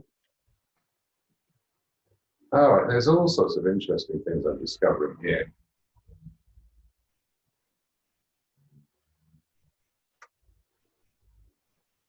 A bit more of the yellow. Make that a bit creamier to go around this space. Not red enough. So it's a fine balance going on here. Ah, no, not that. What about that?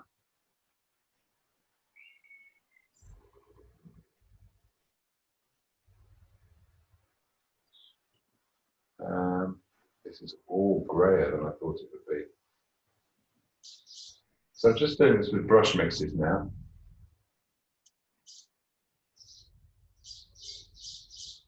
And I'm finding my way. Every time I put a mark on, it will tell me something about, yeah, because all of this needs to go dark actually. Now I haven't got that black edge on yet, and I don't think I'm going to have to do an awful lot to it when it does go in.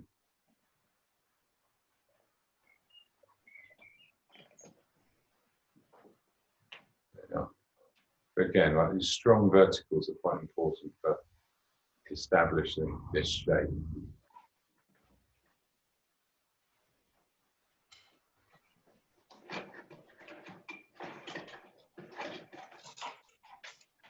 Yeah, that's not spot on. Did I have some background colour here? I think I did.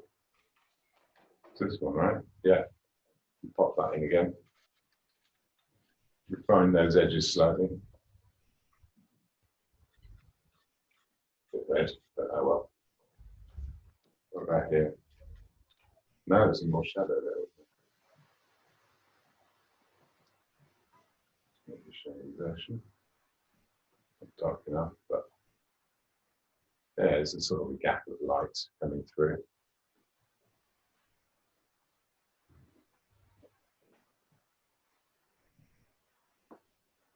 Oh well, I'm not going to fuss too much about it. So you can see that I'm discovering things as I go along here. I hope you are too. I hope you're sort of spotting stuff and going, oh, what about that? Oh no, that's a bit out. Maybe I could sort of change that in some way. Maybe I could adjust it. And the palette gives you a means to do that. So I'm seeing a dark shape there. Comes across, dark shape here that then travels down. I'm not being super fussy about making it accurate. I'm not thinking even too much about what it actually is that I'm seeing. It's more the nature of seeing itself. Bring a bit of that light in there. Okay. Now I'm going to do a much lighter version. But it's still a long way short of the highlights. They're going to come in later. But there they are. Lovely bit of solid light coming into that. You probably get a bit bluer, but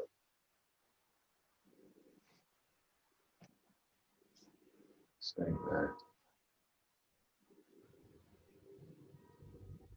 Bring that all the way around. Just keep this on with yellowness as well. Ah, which also belongs over here.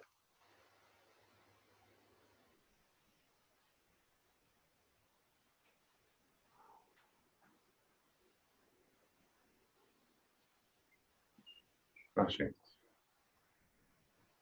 Okay. Yeah, it definitely is bluer on the outside edge. So I've borrowed a little bit of the blue from the jug.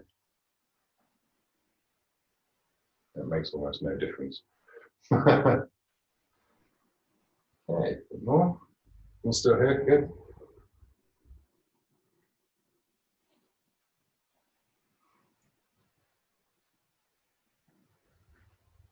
There we go.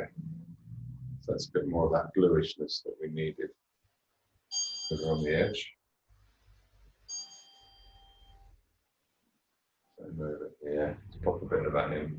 So that's pretty good. We'll work that in a little bit, but I'll stop there before I get too fussy. Now, while I'm looking for other places that light goes, I can see a little bit of bluishness in here. That's too light, I think.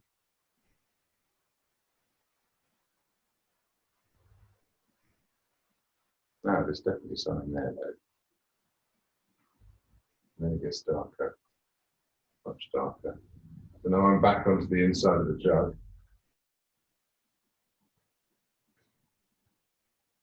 It does lighten up a bit.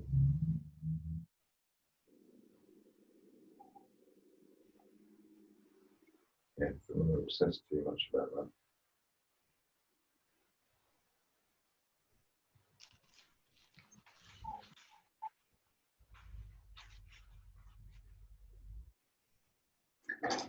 Okay, so now I just have to put in the sort of the dark bits and the, you know, the handle. So I'm going to use a bit of oil now. Just going to make a dark over here. I'm going to use some ultramarine. Going to use some raw umber. And I'll put some highlight colours on afterwards. So I'm going to do this in sections. I'm not going to try and do a complete ellipse in one go. So there's a bit. There's a bit that points downwards. There's a bit there. It's going to accommodate a highlight later on. Let's go back across here and say, well, that ellipse sort of comes over the edge. And then there's this long, slopey bit there. As there is there. As there is here. Okay, so now I have an ellipse that's turned up. I've got What are you using for that colour? that's just raw umber and ultramarine. Marine. Okay, what else have I got? So I've got a few sort of shapes here.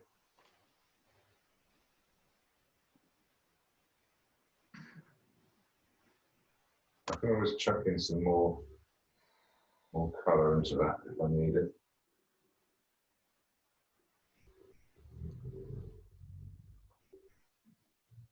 Ah, just in the places, especially where it's really dark over here.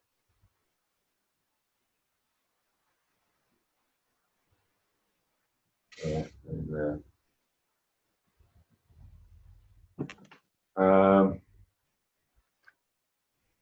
What else have I got? Oh yeah, on bottom edge there. There's a bit across the middle. Let's find an angle there. That. And that. Great. So while I've got that dark on the brush, I'm going to go back to my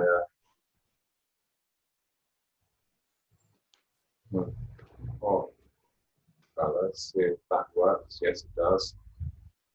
Just mix that in with some of the existing colour. A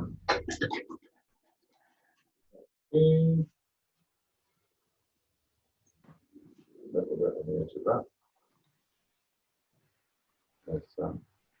Highlights will do the rest when we get round to them. Let's get some more of that raw umber.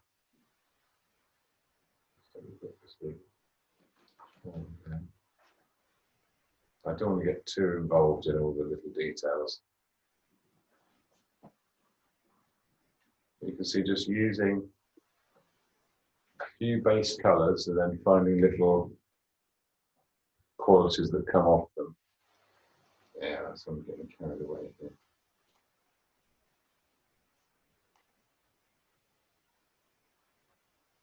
Is that too brown? No, I think that's okay. We got away with that one.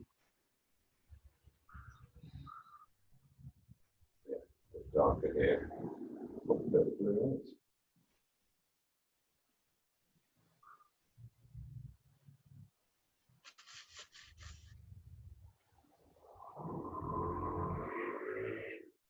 Oh, well, I'm not going to fuss too much about this handle.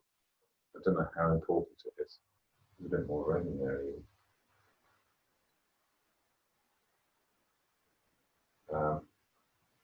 Obviously, at a time like this, I would probably slow down and take my time. But let's just get through it, shall we? Okay, I'm going to use some of this blue,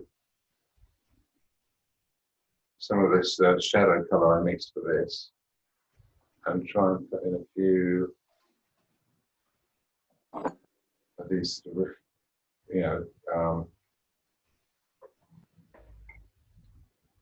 reflective darks.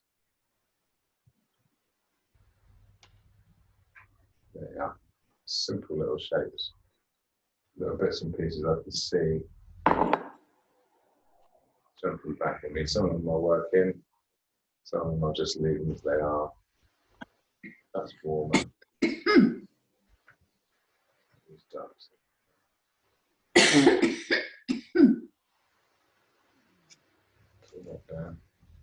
There, okay, I'm fiddling now. Stop that. Right, so the last bit is sort of highlights, I guess. So going back to my light that I mixed here. What have I got? A few little bits and pieces, fairly harmless bits and pieces.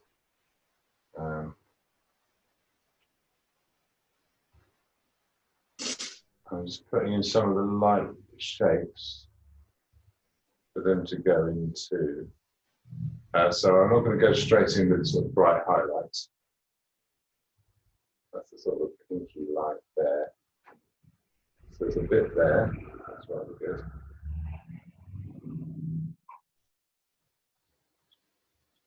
There's a few just behind here, sort of. Where else can I find it? There's a bit. I'm going to change the edge of that jug, or have I gone back over the old line? I think I've gone back over the old line, never mind. Make it a little bit of a creamier colour.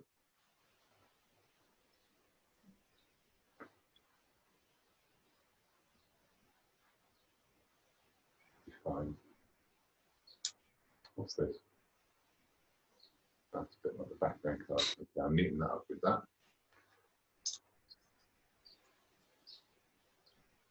Great. And then I'll just put in a few bright highlights, and it'll really tell me what's wrong with it. So last bit of oil. It's going all the way over here for my highlights. I'm going to chuck in a whole lump of white paint into that oil. And I'm going to look for my colour, and I'm going to use a little bit of that blue. And there might be a yellow one later on. I'll use that to begin with. I've got a highlight here. The angle of that tells me a lot about the shape of the jug. A simple little one. There's a little highlight on the handle over here.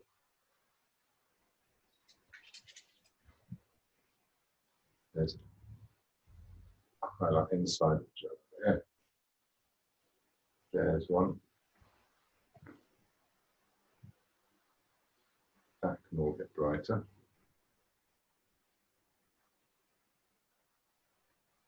There's a bit of one there. Is that too much? That's too much. Let me bring that down a bit. And where else? Okay. Oh, while I've got this pale colour on here, there's a few other little bits and pieces like that.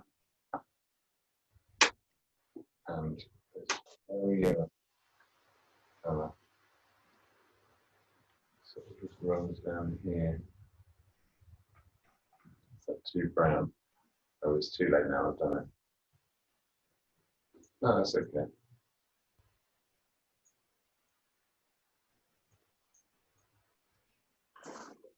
Yeah.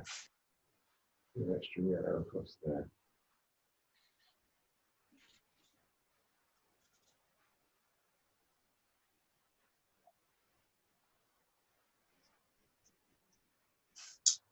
Right. Little flash there. That's rather fun. The vertical line there. This little shape. I don't think that's light enough. I think it's going to need to be more golden. So more white. Tiny little bit of that gold colour. Let's try that again. There, that's better.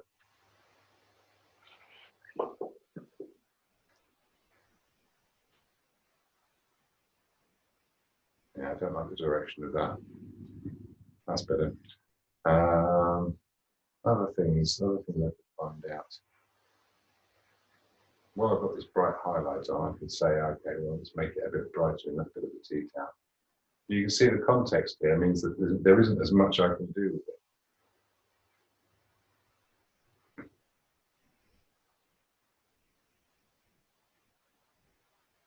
There we go. Oh, it's carrying a bit of red with it. It's a little treat.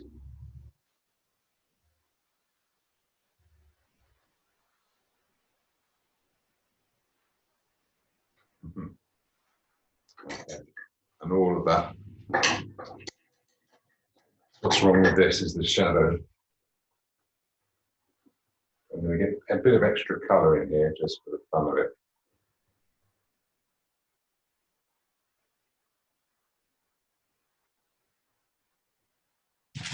That was wrong. Don't get too carried away. Very dark low lights. I already did those, didn't I? Let's just make it a bit more of that. Blue. Let's just pop a little dash into that bit of the jug there. That will have to do it, I think. Maybe a little bit. What's good? So this is the bit where I start fiddling. I was doing a live stream the other day, and someone said, "Oh, I think I told everyone."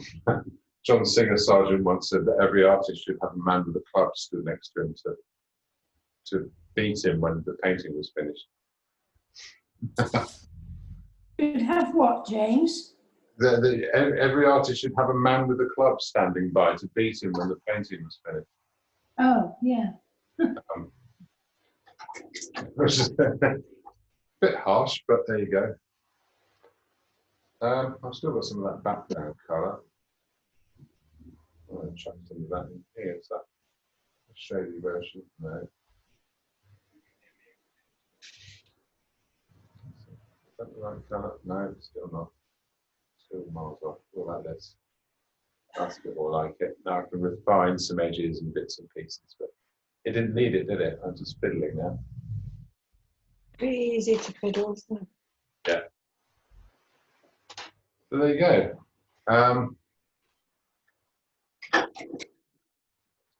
So that's a simple top layer, which has kind of completed a painting. And it's entirely down to the fact that I had a ground layer underneath. Oh, hang on. You start using oil when you're doing the finishing layer. Yeah, really, if I want the paint to flow a bit more. Yeah. And yeah, once I've got a context underneath that isn't going to absorb the oil. So using oil on the first layer, first of all, it's going to make it take longer to dry. It's also going to add transparency where you don't need it. Yeah, it's not going to be as effective in sealing the surface. So I would use thinners for that first layer. Sometimes it's called a dead layer. And it means that the lively colours, the marks that really mean something, sit on top. And so when you're adding oil, you're contributing to the paint. That oil will stay and become part of the paint. And so it's part of that sort of luscious finish. I think that there's another little bit I need to do here. I think it's up here. Yeah. Now I'm happy. That made all the difference. Lovely, James. So really, James, you only used oil in the highlights, was it? The very end. The what, sorry? So really, it was only oil used in the highlights, perhaps? Yeah, I used it in the highlights. I used it in a few other places as well. Right. But yeah, so that's an example of 3 layers of painting. Mm-hmm. And there's different things that each layer can do. So so I went over time a bit there, didn't I? I also forgot about my tea, which is criminal. In the microwave. Yeah. So yeah, that's because we had a lot of other things to talk about today, but I wanted to get that done. How are we doing, Charlie? Here we are. Oh, there you go. Ah. But the tea towel is wrong. I've got it draped over the end of a shelf in the conservatory, and it just is so difficult to paint. So I've just sort of put that in. And that's all down to tone. See that? It's just one of those things that I mean, I could write a long list of what different methods are useful for, but it wouldn't really be helpful. But you figure this stuff out. In order for that, if you wanted to do the drape over the edge of the table, if you got the tonal change between the light and the dark of the cloth, it would explain everything. So if mine was I was going to go over with white tomorrow, but I've got so much paint on it, it's all just merging in. Yeah. So I was going to do it tomorrow when it's dry. That's great. Yeah, and I think that's really, you charged through that, didn't you? Start to finish. I did. I find it helps me concentrate on what you're saying if I'm actually doing something. But my point is that's a really good thing, because when you first came to me, you were kind of dithering around bits of the painting. Tentative. Yeah, and also like dithering. There was that, you know, like if any given task, you'd sit down and do it. But knowing what comes next and why is a hard thing to know. And the best thing to do is to just push people through it. So then once they've passed through the next gate, they look back and go, oh, that's why we were doing that. And oh, that's why we weren't doing this yet. And so did you find a bit more pleasure in putting in the final, you know, the details and the... I did. Yes, bringing up the colours? I did. It's beginning to make sense now. Yeah, because what's underneath is helping you. Yeah. And it's really hard to understand how Just that formally, works. I used to paint my pot of tulips, and then I'd think, now what colour shall I do the background? Exactly. And that's how I used to paint. So this is sort of doing it as you go along, which is much better. Yeah, Thank and you. it's, yeah, exactly. And the painting talks to you that way a bit more, doesn't it? It becomes less of a task and less of a chore and more of a, let's discover what this turns out to be. And I think everyone here has painted enough that they're comfortable losing the odd painting, because sometimes they get away. Yeah. So the most important thing is that we find a way of enjoying doing them. And the more we do that, the more we'll do paintings, because we enjoy doing it, and the better they'll get. It's sort of like an accidental side effect. Thank you, James. Lovely. Do you want to see another one? Yes, please. Very much so. See you, Trish. And let me just get hold of this. Do I fill the whole thing round? Oh, Trish, that's lovely. Well done. Lovely. You've done it properly on the tea towel. I haven't done, I think the shadows are too dark in the towel. You're quite right, they are. Thank you. But do the those. lack of detail is really encouraging. That you've used a simple method, so all you have to do is change your colour. Yeah. Or tone. That's all you have to do. Yeah. There isn't this long chore to replace them. You just go, well, let's see what it looks like if they're lighter. And if it's not quite right, there's no great effort lost.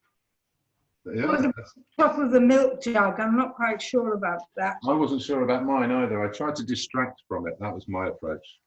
Oh, that's a good idea. I'll distract from it. Yeah.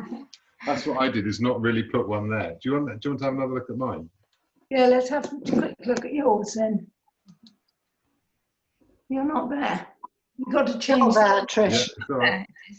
You're looking at me, very embarrassing. Okay, Ah, yes. bottom of the milk jug. Up a bit. Not really anything Up a there. bit. But there's nothing much to the towel either. Go up a bit. No, there isn't. Yeah. But it's the I tone. like the towel. Yeah, and it's the tone that does the whole job. Yes.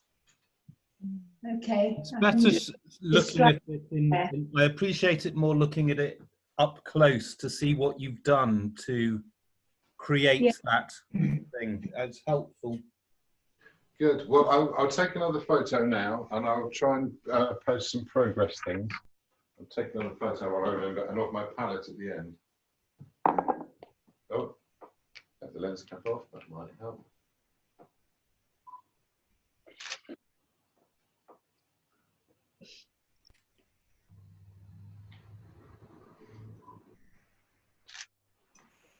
There you are.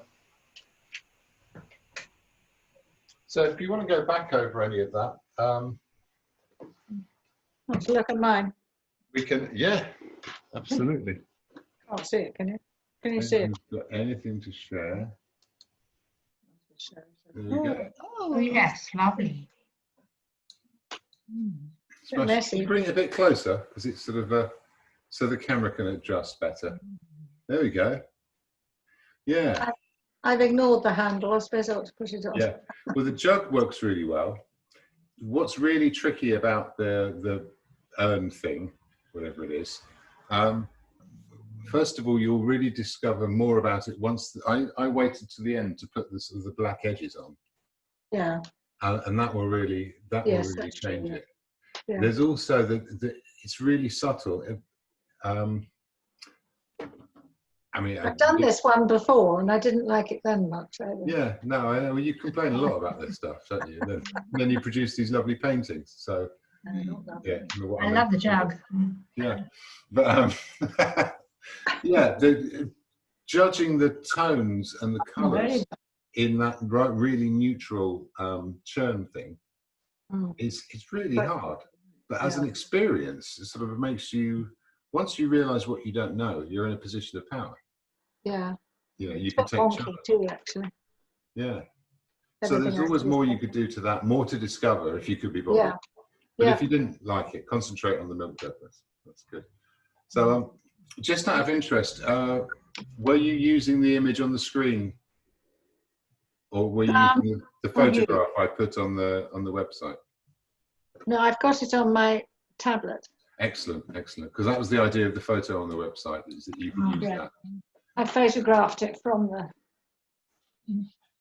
thingy. Jane. Yeah. Yes. Thank you. Oh, no, thank you. This is good. I've kind of learned. Can I show you what I've done? Absolutely, yeah. I'd love to see. I know I've gone a bit over time today, but if everyone's pretty patient. Look I've at been- that. I don't know if you remember the photo of, I do. and it's been a lesson in choosing something too pernickety. Yeah. Yeah. Yeah, you did pick something very tricky there, but you approached it in a simple way. And Yeah. actually, on the screen there, it looks great. You're probably being more self-critical in person because I know you do that.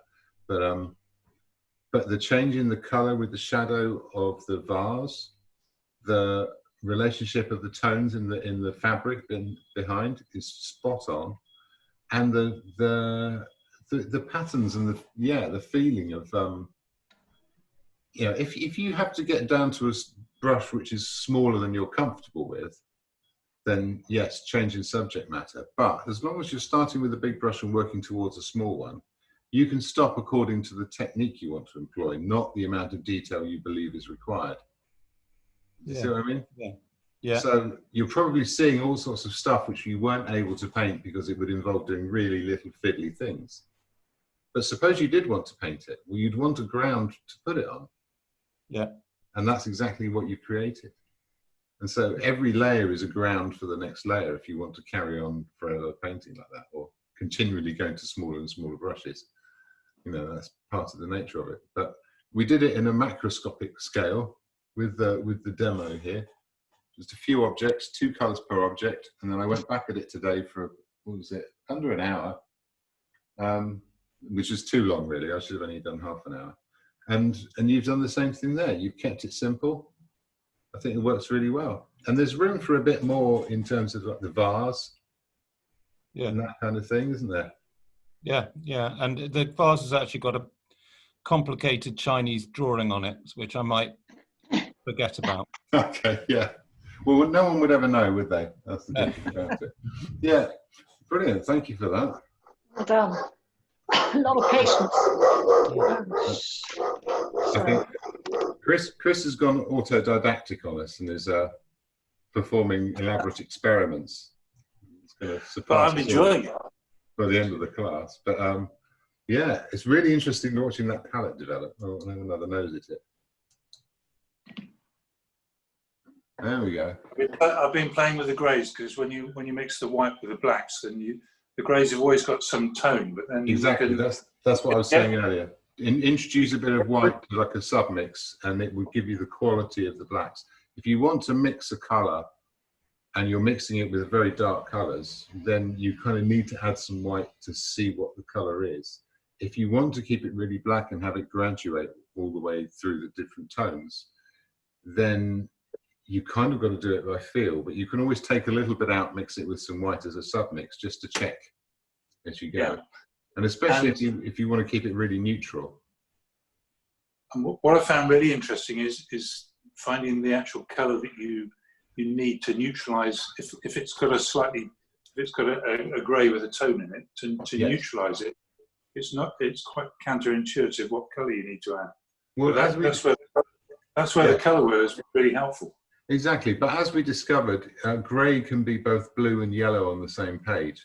So Yeah. So context is the big thing. But yeah, it's always fun to experiment with it. My 2 favorites, I generally mix it 2 ways. I have raw umber and ultramarine, which gives a kind of a soft greeny grey. What I was also trying was on that, but I don't know if you can see that, but that's red and viridian. That black was made from the which one it was now. That's cadmium red and cobalt teal, I think. Right. Which I never thought that would make black, but it does. Well, the thing is, when what you're calling black, a lot of the time is very dark grey, and very dark grey will really do the job most of the time. But this is another interesting thing about blacks. Is What I was finding was that when you mix the white with it, it was either slightly red or slightly blue. But you can tweak it to get it neutral. It's very hard to balance that. That's where Mary's white tile is a really good thing, because you can spread the paint thin and you can see the colour through it. Yeah. So that's always helpful. So that's another thing you can do, is you can spread it out on a piece of white paper and it will tell you the colour. Because you know, like a watercolour wash, effectively, you know, white paper. But yeah, I tend to think of, for a soft black, that's an unobtrusive black, one that's going to sit back in the picture. I'll use ultramarine, and one of the umbers, raw umber, I quite like. It's slightly greeny. Burnt umber will give you a warmer black. But if I want to mix a really dense, intense black, I'll use Viridian and alizarin crimson. Yeah.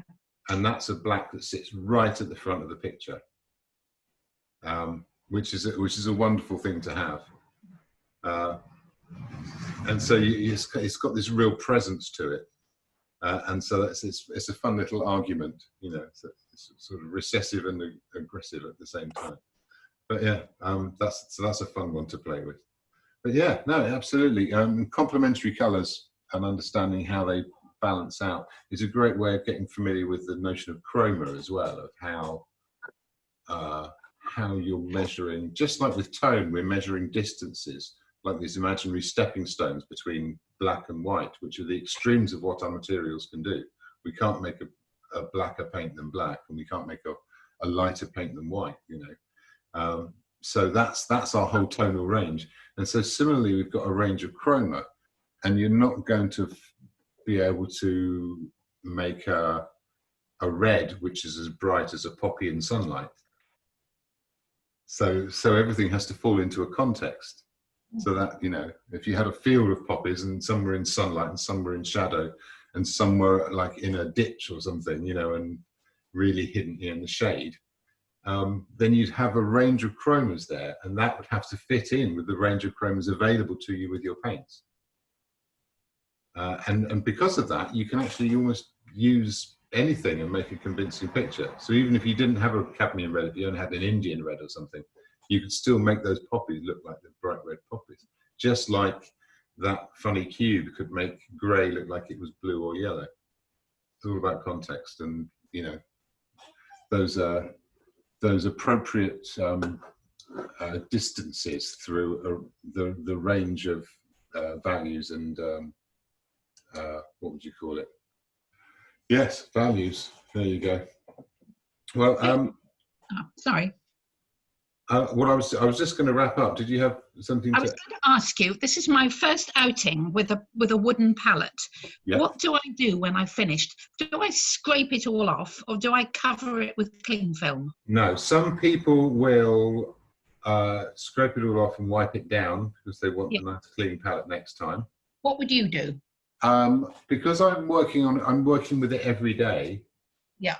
What happens is the paint gradually dries. So the paint I mixed today, and so all the areas of brush mixes and stuff, some of it will be dry tomorrow, some of it will wipe off when I start a new painting. But so, you can actually put new paint on top of what's there. Yes, but it does involve a bit of scraping. Right. And if you're not that confident with a palette knife, then I would give it scrape it off. A wipe back. Yeah, if you do want to keep your paints, especially if you've got a pile of paint, get some small Tupperware or takeaway containers. Oh, yeah.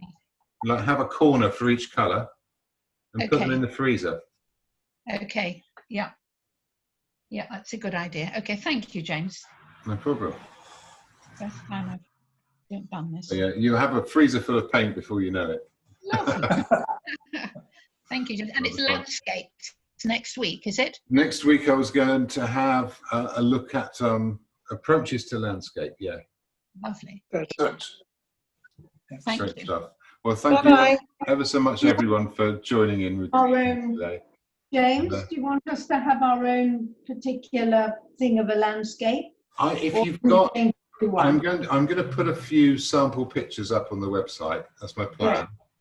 Right. But if you've got your own thing, this should be transferable to any subject matter. If you've got your own subject matter, you can ask yourself the same questions and follow the same processes. So if you've got one you're particularly fond of, then crack on. And yeah, thanks ever so much everyone for joining today, and I hope that was informative and useful in some way. Thank you very much. And I'll see you next week. Yeah. Okay. Again, thanks. Cheers. Bye. Bye, everybody.